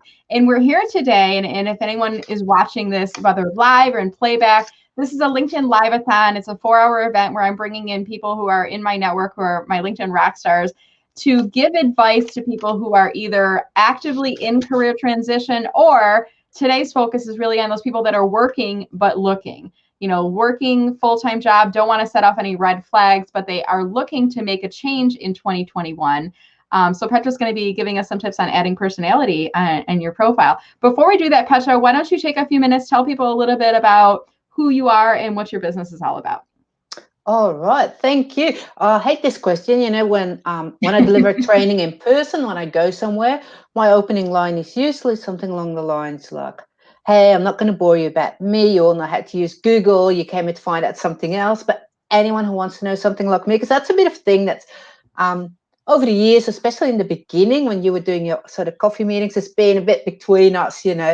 I hate coffee. So I am always known for having a cup of tea, where she'll often talk about coffee, So I think that's something to know about me. I always drink tea, to the point that I've even got a series of free training sessions that is called LinkedIn Tea. Other than that, I don't know. I guess anyone who really wants to know about me, so I help people with LinkedIn, like most of us here today. Anyone who wants to know more, go check out my profile, stalk me online, anywhere, I'm here to talk about LinkedIn, not to talk about me. And I'm not going to read it out loud because I think if we say certain words on YouTube, my video might be like flagged but it's in her profile. She's got some interesting, colorful words in there. I love it. And if you know Petra, if you follow Petra, it's personality. It works for her because she is independent. Now, if you're working in a corporate job, especially in a little bit more of a tight-lipped field, or maybe a little more official, you may not want to use such colorful words in your LinkedIn headline.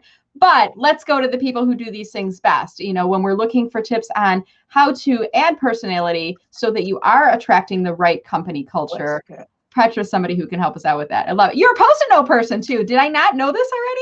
Oh my gosh, this is beautiful. What's that? I love it. So let's kick this off here. And I may pull myself off a video just for a little bit of the talk, but I will come back in. But I want to kind of turn the floor over to you now, Petra. So give us some tips. How can we add personality into our LinkedIn profile, into our activities, so that we are attracting the right company culture? What is your advice? Excellent. So I actually prepared a little bit of a presentation because I love talking about my topic, and otherwise I'll sit there talking for 3 hours. So by having a bit of presentation, I know I can limit myself. So I have to figure out, I'll click this share button down here, I guess. Yep. And then share screen, but then in your bottom of the StreamYard, you should see like a share button with a computer icon. When you click on the share, and then you have to tell, it's not going to share yet, just so you know, it won't share it until I enable it. So it kind of goes into, just so you guys know, that we're like there's a green room in StreamYard, and I can see certain things that are behind the scenes. I wonder if I have to stop my share. So let me stop mine. I don't know if that matters. Okay, now I'm seeing yours, adding personality to attract the right people. When you're ready, let me know and I'll pull it up on screen. I think you're ready. Yeah, sure. Okay. So we'll pull this up and then I'm going to pull myself off of the video, but I'll stay in the room here and I will turn this over to you. Excellent. All right. So I can now only see my own screen and my own presentation. So I have no idea what the world is seeing, but I think it's like with Shelley before that I'll probably be sitting on the side, even though I can't see myself. But what I'm here to talk to you about today is how to add personality to your LinkedIn profile to attract the right people. Now, this equally applies to entrepreneurs who want to attract clients or people in career transition who want to attract a new employer. So even if I say things like client, just make an employer and it still be the same thing. So let's talk about personality. Meet my friend Brenda, LinkedIn strategist and pie lover extraordinaire. This is an image, I found of her online. Or I wish I could pull faces like that. Man, yours look so good. So just a few examples here of how Brenda presents herself online. And my question to you, dear audience, is, do you think that Brenda lost possible connections, people who wanted to connect to her and then saw this, or maybe even clients over these images? So, if you're watching this live or in the replay, you can always type in the comments, look, do you think that Brenda may have lost some possible business or connections through these images? I'm putting the you can't see the comments until I pull them up on screen, but I'll let you know, Petra, there's about a 30-second delay for folks that are watching this. So you asked the question, they might be trying to type in a response and then you're waiting. And then I've already put the answer up here. Okay, let's forget the chat, people.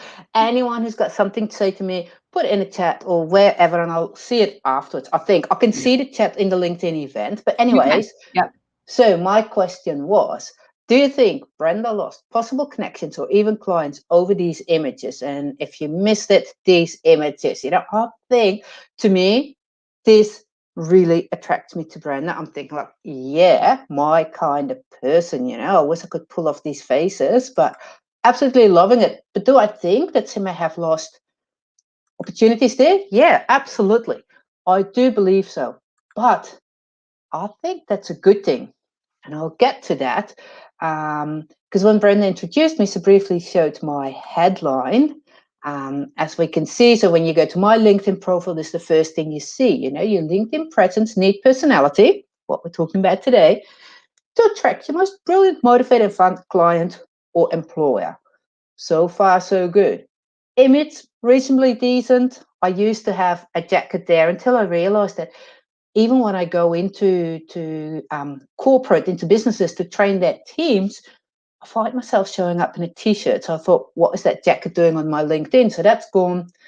But then we get to the headline. And yes, there are people that will not connect with me, that will never, ever hire me because of this headline. I lose possible business within 3 seconds, maybe 10 from this. But I still think, there it is. Yeah, that's what I was talking about. I still think that it's a good thing whether I have a headline that's not for everybody. Brenda has this real fun attitude that may not be for everybody. But you know what? Excuse me. That's what we need. Your LinkedIn presence needs to make people run. Absolutely. You don't want people to just sort of sit there and go, You want people to run one way or the other. That doesn't matter. Okay, I've got something here. I know what I was going to say. I'm sorry, people.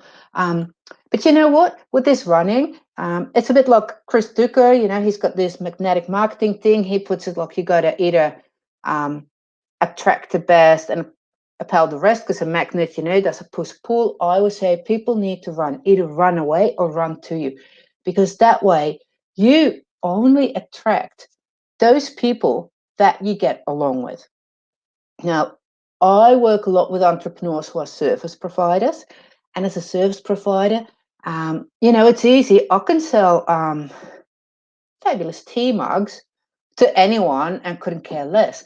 But if I have to work with someone one-on-one, I need to get along with those people. And by adding some personality to your LinkedIn presence, you are going to attract just those people that you get along with, because when you don't clearly show your personality, terrible things can happen. I recently had to fire a client.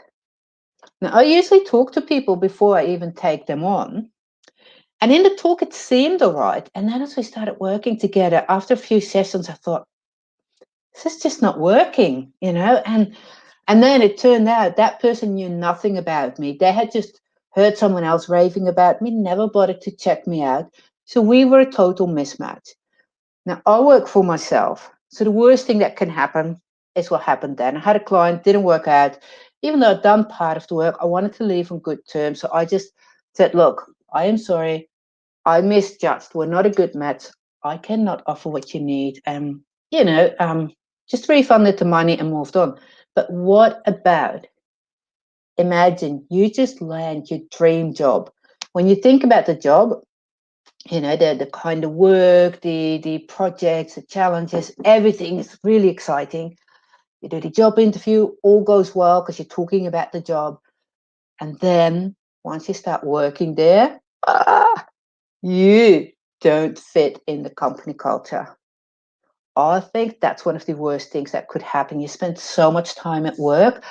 I mean, even before I did this work, from a very young age, well, young as in adult, I used to say, I'd rather do a totally brain dead, dumb job in a great team than have my dream job with people I don't get along with. I'd rather sit at, I don't know, some direct marketing center stuffing brochures in envelopes with Brenda all day than do something really, really cool with someone I don't get along with. So that is where I'm getting at, guys. You need to add personality so that you attract the right people, whether it's clients, employers, company culture. And so this comes down to personal branding. So here's a really long slide. And really it's like, what people call personal brand. So there's a big of a definition and blah, blah, blah. That personal brand turns into personal branding. It's even worse. It's pretty much what it comes down to, too long, didn't read. These are the 3 key points from those 2 previous slides. I just put the slides there so I wasn't making it up. I did some research, I found stuff online, but what it comes down to, you position yourself as an authority in your industry. Your personal branding, so what you do online on LinkedIn, should elevate your credibility and ultimately differentiate yourself from the competition. Now, this is something I always hammer on. What makes you different than the next person? Not better, not worse, different. The reason why us LinkedIn trainers, Shelley, Brenda, John, who else was on today? I think was Kenneth on. I can't remember. I haven't watched all of it, but the reason we all get along and we don't look at each other as competition is we may all be doing LinkedIn training, but we each have our own bit of a area of expertise we focus on. But even if we did the same thing and for the same target audience, if you can't get through half an hour after waking up without a cup of coffee, you probably relate more to Brenda. If you can't stand the smell of coffee and all you want all day is your cup of tea, you relate more to me. So these might seem trivial things, but it shows who you are. But let me show it in a bit more professional way, so to speak. Whatever you want to do, you want to evoke a reaction. So that's the make them run. Either they're running from you as fast as they can, good riddance, you don't want to work there, or they run to you because they think, hey, this is my kind of person. But in the end, it's all well and good, to attract clients or an employer who matches your skills, your expertise, your experience. But what if you can't stand them? It's what I sort of was talking about before. If you're going to put in any effort into LinkedIn, then you might as well do it in a way that, only attracts those people that you absolutely love to work with. So why else put in the effort if the outcome is not what you're after? So how do you do that on LinkedIn? Adding personality. All these bullet points definitely apply to your profile, but a lot of them relate to your posts and your comments as well. So if you're a bit like me and you never shut up, you probably write in a more storytelling manner. If you're more of a succinct kind of to the point person, you'll stick to more factual information. Same thing is, do you write paragraphs or bullet points? Are you very casual or a bit more formal? There's no right or wrong here. It is who you are, how you feel most comfortable, because you don't want to have to pretend to be someone once you land that job. So same things. Are you witty, analytical? Doesn't matter. There's no right or wrong, but show us who you truly are. Then other things is with your posts, and your profile, you can add media, little case studies to show your expertise, anecdotes. In the skills section, you can have 50 skills. And generally, these are your keywords, so they're all the things you're actually really good at. And if you have less than 50 things that you're really, really good at, as most of us, you then add some keywords you want to be found for. But it doesn't hurt to, you got 50. So it's all right to sort of spend 5 on made up skills. Anyone watching this, if you go to my profile, I'd be delighted, obviously, if you'd endorse me for wannabe nerd. Because I do want to be a nerd, and I'm trying to be, but these are all different ways. So the biggest thing is think about how do you behave when you're at work and when you're happy at work, when you're in your element. How do you speak to people? How do you dress? How do you behave? All these things, you want them to shine through in your LinkedIn presence. I've had people when I very first met them, either in person or on Zoom, and they go like, whoa, you're just exactly as I thought you'd be, I feel like we've known each other forever, and that is what you want to achieve. What else is there? Now, the thing is, though, if you're going to do this, especially if you also in your post, in your comments, start to totally be you and let a bit of your personality shine through, people will start to check out your profile. So then you need to make sure that your profile obviously really matches. I don't know, if you've always posted and commented in a really, really funny way because you thought, well, the laughs is what get the attention, but it wasn't really your style and you had to put a lot of effort into it. And so now you decide, okay, I'm going to show up who I am.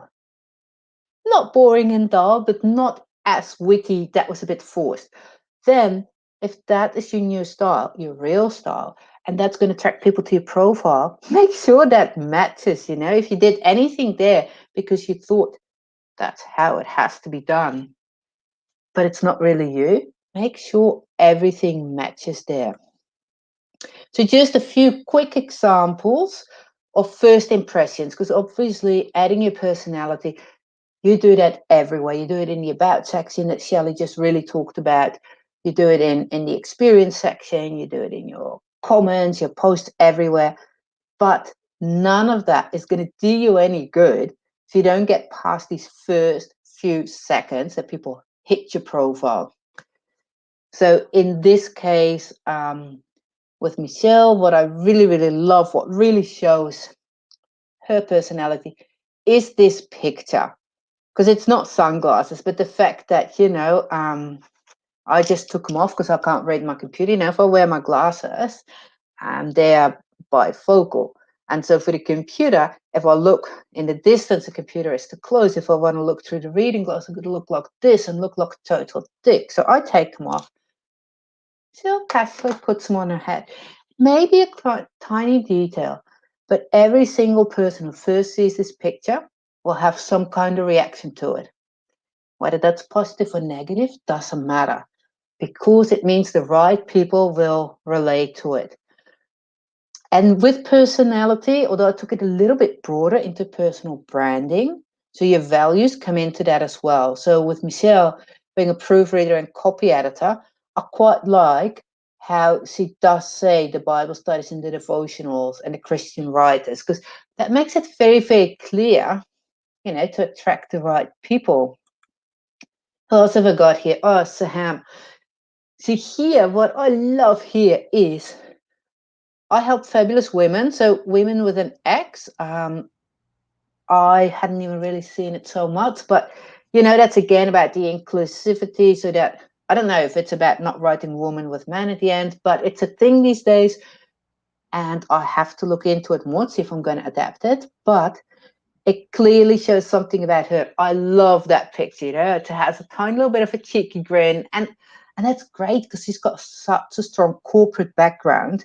So it's easy to then consider her all serious. And although she's an absolutely amazing coach, you know, especially, yeah, helping women kick the glass ceiling, things like that. There's this thing she uses. It's called Search Inside Yourself. And it's called Search because it's been developed by some ex-Google person. But I love the personality here with that profile picture, the tone of voice in her headline, things like that. I think I've got one more.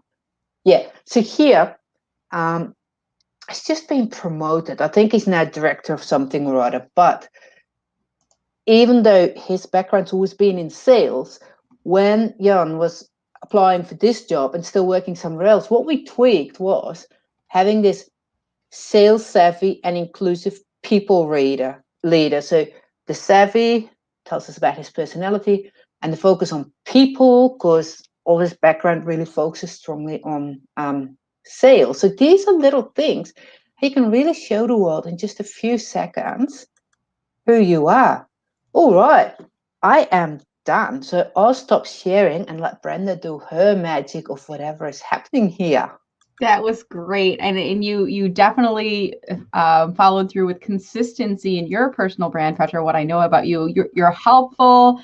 You have some fun. You have some personality. I love the pictures. That was such a fun surprise. I didn't know what you were going to show in the beginning, and it was so cool to see. See you. And it was funny because when you asked the question, have I lost some connections? I mean, honestly, it doesn't bother me if I have, because they probably weren't the right people that I wanted to work with anyway. So totally fine with me. And I did you changed your attire in your photo. As well. I was in a corporate marketing role up until a little over 3 years ago. And one of the first things I did on my profile once I made that decision to stay independent is I stopped wearing a suit, because I don't wear suits. I wear blouses and colorful clothing. And I love how you're talking about attracting that right culture of that right organization to your profile through your profile, right?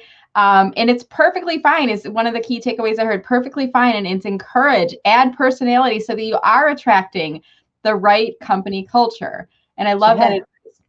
So I want to open this up for a couple minutes of Q&A, and then we're going to move into our last segment for the event here today. That's you.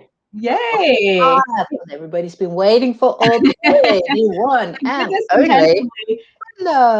did this intentionally because two reasons. One is, as the day goes on, the live viewership tends to get a little bit smaller. I'm like, well, I'll put myself at the end.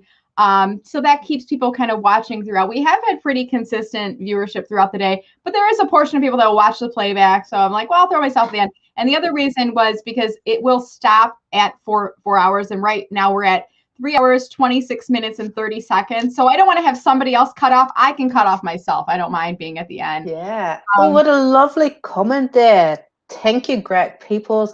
Anyone, by the way, just like Shelly, if you wanted to connect with me, the button says follow. That's not because I don't want to connect, but for anyone using stories on LinkedIn, once you got 5,000 followers, you get the swipe up, add link stuff, but you have to have your button set for followers instead of for connect. So it's not set that way to snub you all and say, oh, I don't want to connect to you. Just send me a personal message. Say you saw me at Brenda's fabulous, LinkedIn Live-a-thon, and I'm happy to connect. So awesome. Over to you.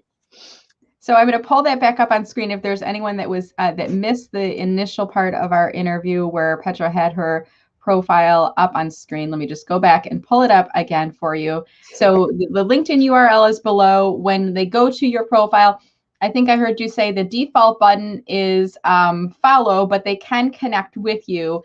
Yes, And absolutely. we recommend that they said that they watched you on the LinkedIn Live today. So in your invitation, Yes, guys, please. add a note and say, hey, Petra, I watched you on the LinkedIn Live-a-thon, loved your talk about personality. Like, mention something specifically from her talk. That's going to help her to remember you, and then probably increase the likelihood that you'll accept it too, right, Petra? Yeah, oh, absolutely. Because you need your personality. I love it. Yes, thank you, Smina, for watching us today. We really appreciate it. And I think we've gotten through all the questions. In case I have missed any, Petra, are you able to go into the live feed afterwards to participate in some of the conversation and continue to do some networking? I appreciate that. Yeah, absolutely. No problem. Awesome. All right. So I think that's it for us today. I want to give you the opportunity. Any final comments? How can people get a hold of you? Anything else you want to share as we start to wrap up your conversation? All right.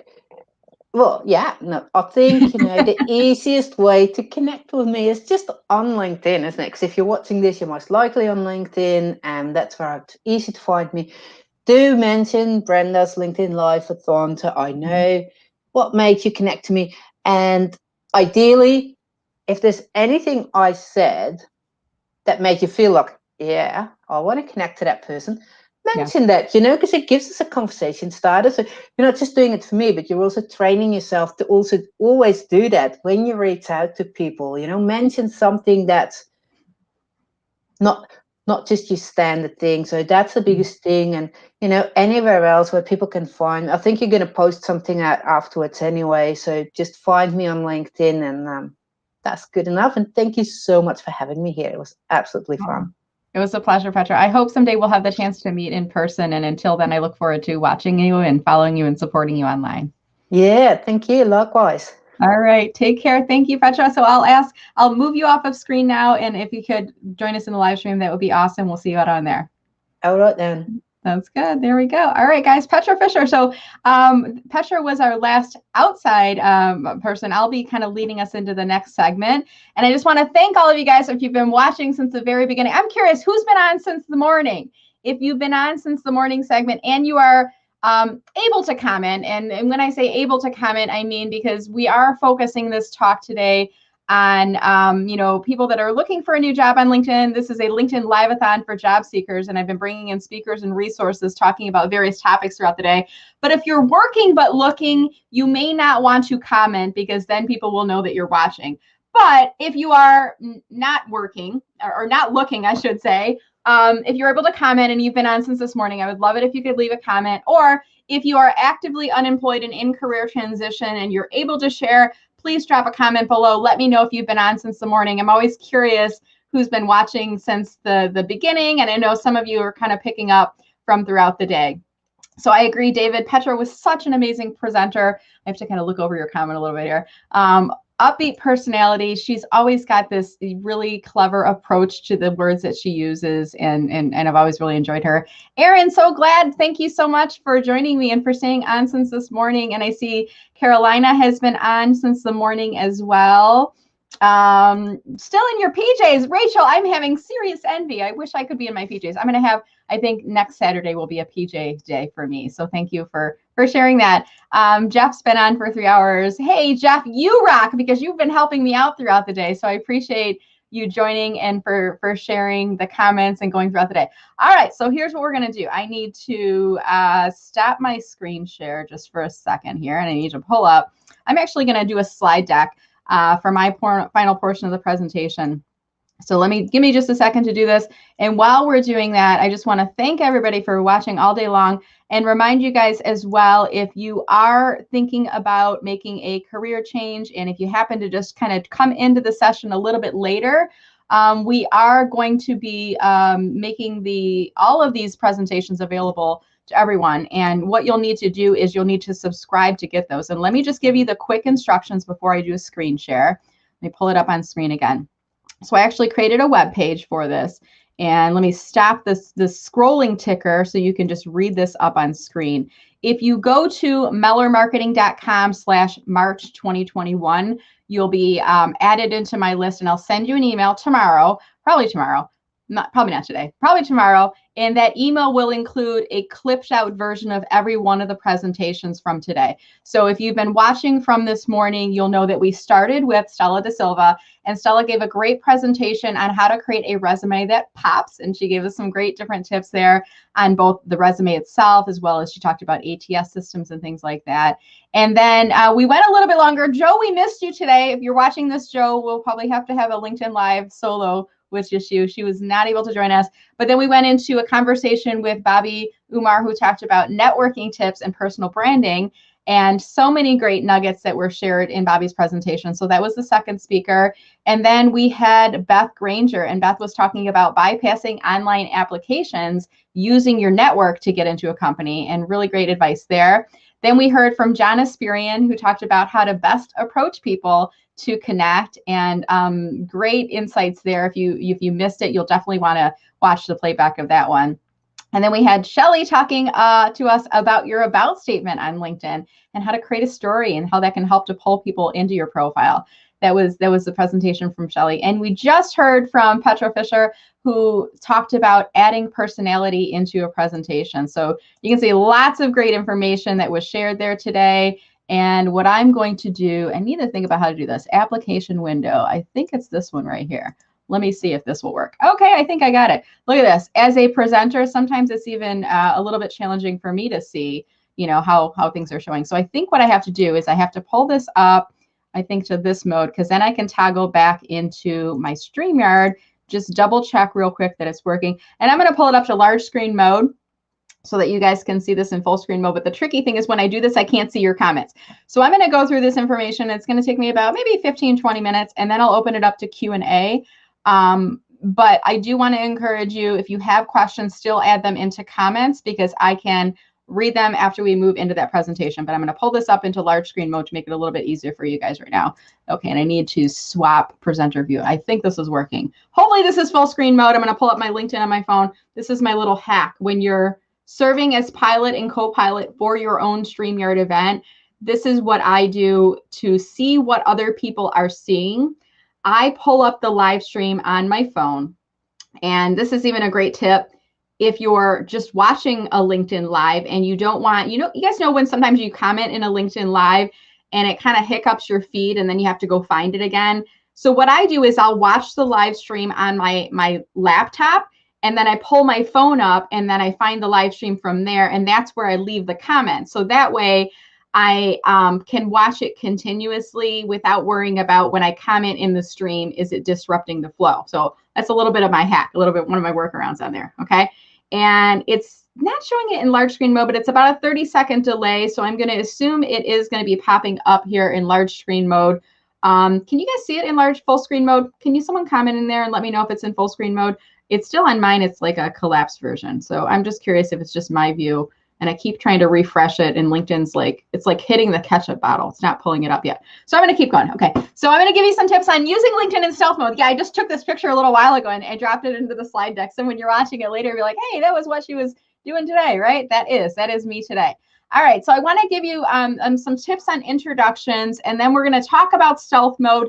No, it's not actually a setting on your account. It's just more of an approach. It's a strategy. It's a way of using LinkedIn more strategically. And I'll give you some different advice on getting started, getting active today, if you're not yet active, the importance of being a good brand ambassador, recommendations, what you should and should not do, your email address, why that's important, and then some techniques to start posting weekly. And I'll give you some ideas on what you could post. And I also want to let you know where you can find some additional LinkedIn help and resources from me. All right, so here's the first tip I have for you. Every time you go into a webinar from this point forward, or every time you're in a LinkedIn live stream, if there's an opportunity, if it feels like it fits within the context of what's being talked about in the live stream, then introduce yourself. And I'm giving you guys permission. If you are in career transition, I want you to go into the chat on this LinkedIn Live, whether you're watching it today or you're watching it in the future. You might be watching it on LinkedIn. You might be watching it on Facebook. You might be watching it on YouTube. Wherever you are watching,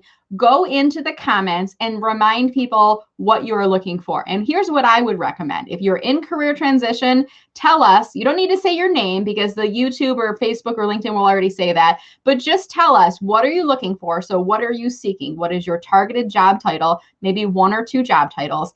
what is the targeted geographic area that you want to work in? Now, right now, everything is virtual, right? But eventually we will go back to in person. So you want to be working, you want to look for that opportunity that is in the area that is of area of focus for you. So I might say I'm seeking a marketing director position in Metro Detroit, and then put your LinkedIn URL in there. And that way you can encourage people to connect with you, to look you up on LinkedIn, right? So that's for the folks that are in career transition, actively unemployed. All right, let's move over to this category of people that are using LinkedIn in stealth mode, those that are working but looking. If you're doing that, you probably don't want to say that you're looking for a job, right? No, you don't want to do that. Here's what I would do instead. Categorically describe the work that you do, and then tell us, how does that work help to your company to reach its goals? So I might say something like this. I handle marketing for Meller Marketing, and I help our clients unlock the power of LinkedIn. I'm missing an S there. I got to fix that later. And then I put my LinkedIn URL. So it's kind of advertising what I do as an area of specialty, but it's doing so in a way that says I'm doing this for this company right now, right? And right now is kind of in parentheses there. So that's a great technique. I would encourage you guys, as you're watching this today, to go into the comments and leave your introduction, and just remind us what it is that you are looking for, okay? So don't be shy. Do that if you are unemployed and in career transition. And if you're working but looking, you could certainly add into the comments there the company that you are working for, and a bit of a description of how you help your company to reach its goals. I'm going to stop sharing just for a second here. I want to make sure that you guys are seeing this live stream before I go any further. Are you guys seeing this? Still seeing PowerPoint edit mode, Wesley. Thank you for sharing that. I appreciate you guys sharing. I'm not sure why it's not. I'm going to try to share screen again. I'm probably going to have to just go into the edit mode, and I don't know why it's not doing this. Maybe it is this tab right here. I don't know.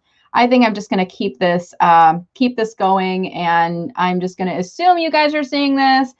Sometimes it's like LinkedIn is a little bit tricky with how we are seeing information that is being shared with us. So I'm going to try to refresh my page, see if I can get it to come up in the live stream in the background. While I'm doing that, I want to give you guys some reminders about LinkedIn, and these are going to help you wherever you're at in the process. If you're actively looking for a new job right now, if you're working but looking, LinkedIn is always evolving and changing as a platform, and everyone has a different comfort level. My goal is always to move you from that anonymous person in the background into using LinkedIn more effectively. I want you to be open-minded as you're watching this live or you're watching it in playback. Be open and receptive to all these ideas that people have been sharing with you, because you never know when that tip you got from Stella about having your resume pop, right? Or some advice you had from Beth about making connections, or from Bobby about using Clubhouse. You never know when some of that advice might lead you to your next opportunity, right? And it's going to help you to avoid that black hole of job search. I hate the black hole. You guys know what I'm talking about? That endless applying upon applying, and never hearing anything back, right? It's soul sucking and soul crushing, isn't it? If you hate the black hole, go into chat right now, go into comments, and just say, I hate the black hole too, because I think we all hate the black hole of job search. Our goal is to move you from being that anonymous LinkedIn member to being a more active participant on the platform. And that's what a lot of the tips here today have been sharing with you and guiding you through. All right, so if you're getting started today, okay, you're watching this live-a-thon because you're thinking about making a career move, maybe you're working but looking and you don't want people to know. I want to encourage you to get active right now and in this very day. So here's how you do so. I would recommend that you start by going to your LinkedIn homepage, okay? Start there and just spend about 15 minutes a day scrolling through your homepage feed, seeing what people are talking about. Maybe you see a post from someone like Davin and you give it a like or a reaction. There's all kinds of great symbols in there, right? Then maybe 2 to 3 times a week, you add a comment of 5 or more words, okay?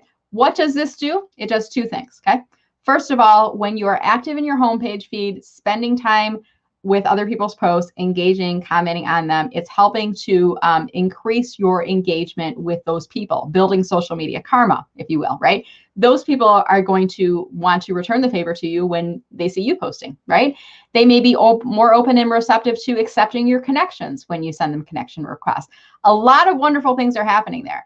The other thing is it makes you visible on LinkedIn. Right now, you may be invisible. I'm sorry to say it. You may be invisible on the platform. Nobody's seeing you because you're never posting. If you are working but looking and you're worried about people setting, you're worried about those red flags being set off that makes it look like you're looking for a job, start in the homepage feed, okay? start engaging, start getting active, make yourself visible on the platform again. That's the very first thing I would do. And why is this important and how does this help you? Again, visibility. It gives you visibility on the platform. Your name's going to pop up, just like we see Joy Graydon commented on this. We see Joy's name popping up there. That's one thing. Another thing is you're going to start to learn what works on LinkedIn, what doesn't work on LinkedIn by watching other people. Okay. So start getting active in the homepage feed. You will learn from them. And it's going to get you active again. If you have not been actively participating in conversations, this is an easy way to ease into the process. And finally, it does not set off any red flags, because being active in the homepage on LinkedIn is just good professional networking to do. It doesn't say she's looking for a job, he's looking for a job. So getting in that homepage feed is a really good thing to do, and that's your starting point, okay? The next tip I'm going to offer you is talking about supporting your brand. Now, you may be working miserable in your job, you don't like your boss, you're not happy with the company, but over the past year, you're like, well, I'm going to shelter in place, so to speak. I'm going to stay here until things start to get better, and then I can go and find another job. And maybe that time you've reached your limit, right? And you need to start looking. I want to encourage you right now to support your brand, support the employer that you're with, and being a good brand ambassador, even if you're looking to leave. And you might be like, Brenda, I'm not happy in my job. That's why I don't want to promote it. But follow me along here, guys, okay? If you are working but looking, you can do certain things to build up your own profile that are supporting your employer, supporting your company's brand. And the beauty of this is it's not going to set off any red flags, okay? It's actually going to look like you are a highly engaged employee. So the reason we want to do that is twofold. One is it removes the red flag. You know, we're not going to think about people thinking that we're looking for a job, because it doesn't look like we're looking for a job. It looks like we are engaged with our employer. The other part about that, think about from the outside in.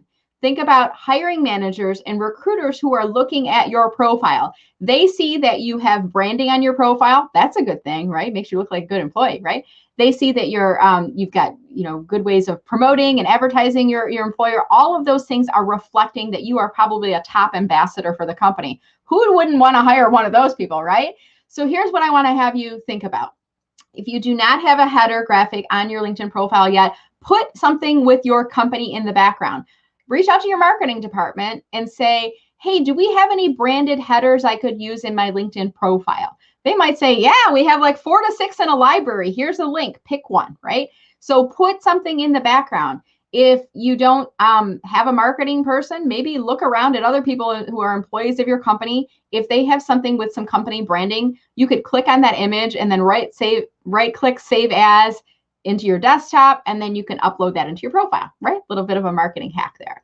But try to put something, whether it's your logo, a picture of your company, a picture of all your employees, products and services, put something with your company in the background, okay? That puts some branding on your profile.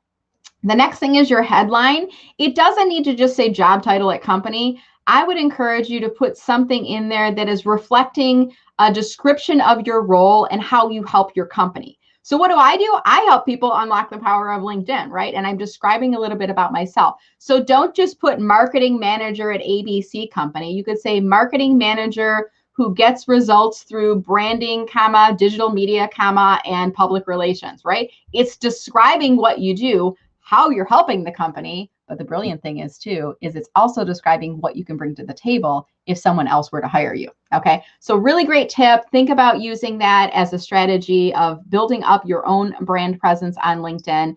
And one more thing on your profile, guys, I want to make sure that you're thinking about your contact info. And if you're working but looking and you don't want people to know that you are looking for a new job, one thing I would encourage you to do is be very conscientious about what you see in your contact information section, okay? One thing I would do is in your contact info, you can add a website. If you don't have anything in your app, they're going to see a little link that says add a website. I would add in your company website, okay? And maybe it's the home page, and maybe there's like a contact info or a blog page or a careers page, whatever. Put like 3 web pages in there for your company. You're going to look like a great company ambassador, and nobody's going to think that you're looking for a job, because why would you be doing that if you're promoting your company on your profile, right? Brilliant tip. And again, makes you very attractive from a hiring manager perspective to see that on your profile. So I would encourage you, add some websites in your contact info. Now, here's another tip. Your email address that shows in your contact info is the one that you designate as primary, okay?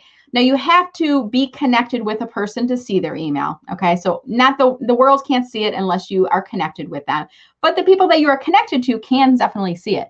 So I would say if you have your work email in there now, don't make any changes, okay? If you're thinking about making a change in your career, don't set your email to your home email, because that's a flag to me. If I saw, like last week, it said Brenda at ABC Company, and this week it says mellerbrenda@gmail.com, I might go, oh, she's got one foot out the door, right? So don't change your email yet. Now, if you've already changed it, don't change it back, right? Just leave it as it is, as your home email. Do know that you can go into your privacy and settings and you can associate multiple emails with your account. But if you are working but looking, I would keep your email as your work email.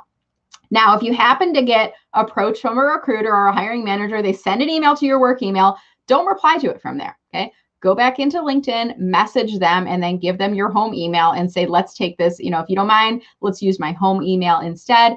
If you have an employer that's checking your email, and by the way, it's their email system, they can do whatever they want. Is it ethical? I don't know. Maybe so, maybe not exactly, but they can look at your email messages at any time. So don't communicate with hiring managers using your work email. Go off onto LinkedIn and continue the conversation there. And if you've got a jerk boss who sees that you're doing this and says, hey, Brenda, I saw that you got an email from a recruiter. Are you looking? Are you trying to get out of here? I would just say, oh, I wasn't even aware that I got that email. I think it's because I have my work email on my LinkedIn account. But I wasn't even aware of that, but and then hightail it out of there because you got to get out of that company. You really want to increase your efforts on LinkedIn, because if somebody is kind of looking into your email box, that's not a type of company I want to work for, right? But you could always say, I wasn't even aware of it. I obviously didn't respond because I'm so happy here, Mr. Boss, Mrs. Boss, right? But that's my advice. Think about the message that your email sends on your account, and don't change it if you're working. Keep it as your work email. Having said that, I would highly recommend that you add in a secondary email, and that be a home email address, because you never know where the future may lead. And the last thing you want to do is if you do lose your job, you don't want to worry about how to get back into your LinkedIn account. Okay, so make sure that you always have two listed, and primary should be your work email address. All right, we're going to move along here, and we're going to go into a conversation about some red flags. And I see people doing this all the time. The very first thing they do when they want to look for a job is they start requesting recommendations, and they start getting recommendations from people on the profile. These are red flags, and I see this so often. I'll go down to their recommendations section, and there's received and there's given. And when you click on received, you can see who it was that gave that person a recommendation, and there's a date stamp when that person received it. And so often I see the last time you got recommendations was 2011, which, by the way, was the last time you changed jobs, right? And then you don't have any from then until 2021. And then I see a flurry of recommendations that you have received. This is a red flag. Consider the fact that we can see the date stamp on here, and everyone can see these, okay? And I know you might be saying, but Brenda, I need new recommendations. I get that. And you gradually want to build it up. Here's what I would do if I were you. I would focus on giving recommendations, because these are not red flags. This just shows that you're a good human being, right? So think about giving recommendations strategically. Maybe you serve on a board for an organization. Maybe you give fellow board members a recommendation. That's strategic, isn't it? Because people who serve on a board tend to have high visibility connections. So that's going to go in their profile. You gain some real estate on their profile. Some of those people are going to look back at yours, okay? So giving recommendations. Now, the person, when you give it out to them, they do have to accept it in order for it to show on their profile. So think about giving recommendations to people who are active on LinkedIn and who have a high likelihood of accepting it, so that you do gain that visibility. You could give them to coworkers. You could give them to bosses, current or former. You could give them to people who are fellow members of community organizations, to speakers that you've seen at events. And I'm not asking for myself, please don't give me one, but please give the other speakers recommendations. If you know of any of today's speakers, if you're connected with them, you can give them a recommendation and tell people how helpful John Esperian was today. Talk about the focus Shelly has on the Decide to Be Kind movement. Talk about Petra Fisher and her personality tips. Talk about any of the speakers today. Give them a recommendation. And that's a way of increasing visibility for yourself by gaining some real estate on their profile, but also, and more importantly, by building this positive social media karma. So once you've done that, if you've given out 3 or 4, then request 1. Okay. And here's the other thing. Put a calendar reminder in right now. Put a calendar reminder in your Outlook or Gmail or whatever it is. Calendar reminder once per quarter to ask for 1 new recommendation and to give out 2 new recommendations.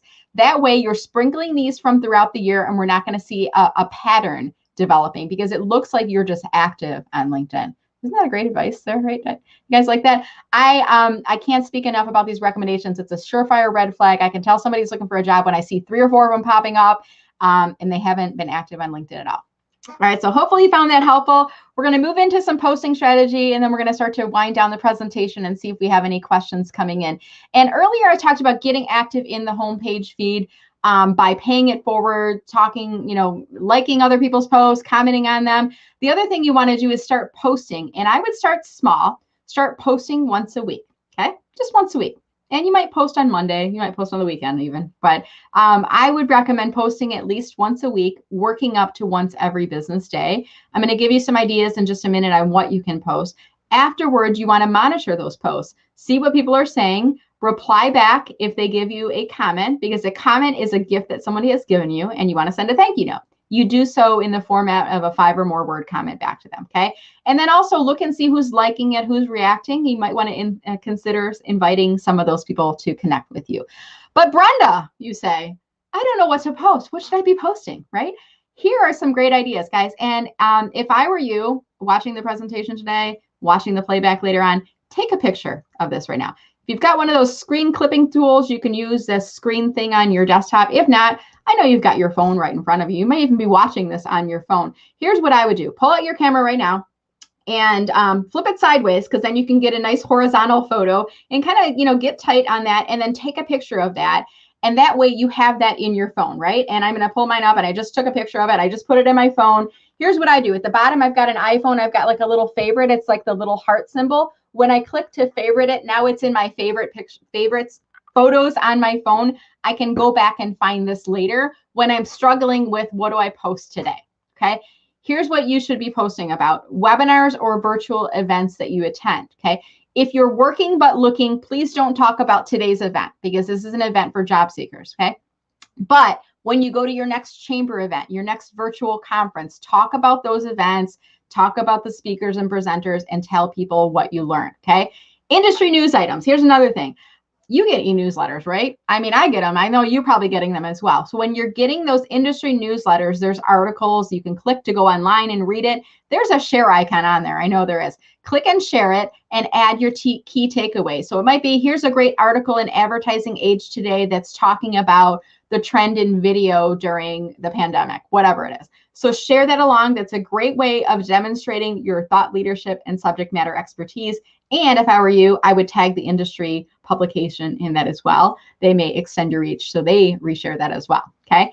Today's news and views. So in LinkedIn, guys, in the upper right-hand corner, they have this today's news and views. There's different articles in there. You can always grab one of those and you can click to share those on LinkedIn. LinkedIn loves it when you do those. Inspirational quotes and messages. I've shared a couple throughout my presentation. You can pick your favorite inspirational quote and just type it out. It can be text, or you can go on Google Images. You can pull those up. Great different ways of looking for those techniques. You can do polls on LinkedIn. I try to do like one poll about every other week right now. They're getting a lot of reach. You can ask for advice. So you might say, I'm looking to find marketing organizations based in Metro Detroit that offer networking events. What would you recommend, right? That's a nice stealth way of saying, hey, I'm starting to branch out, look for a job without telling people that you're looking for a job.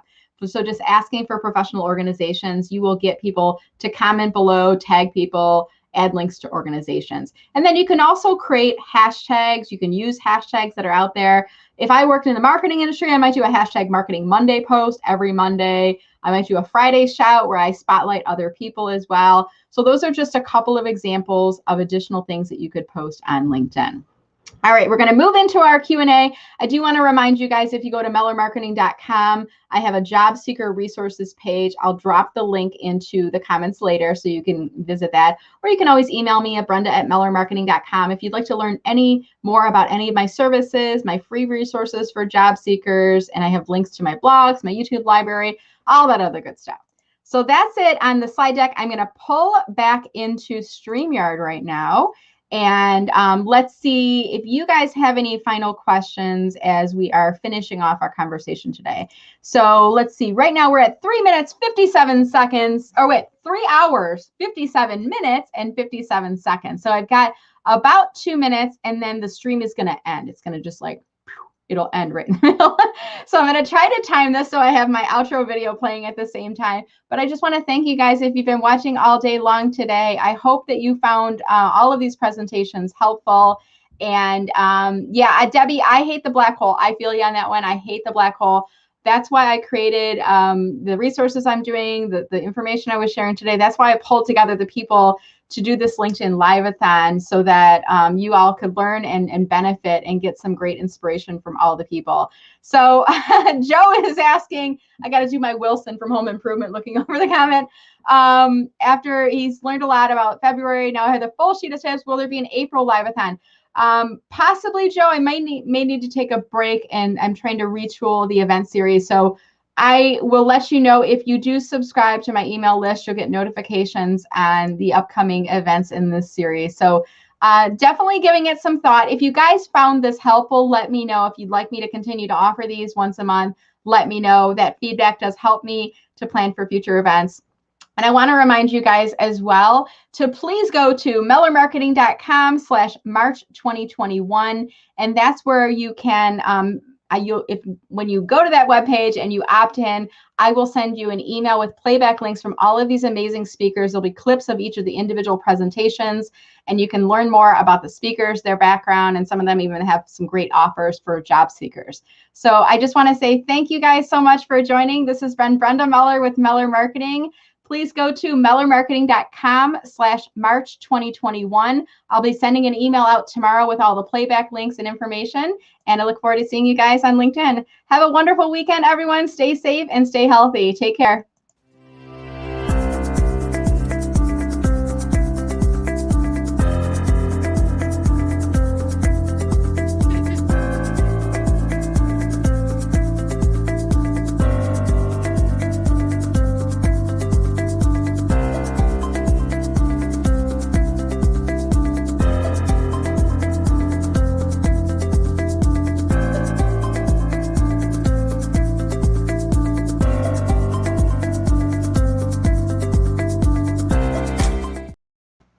I'm doing a little bit of dancing in the background.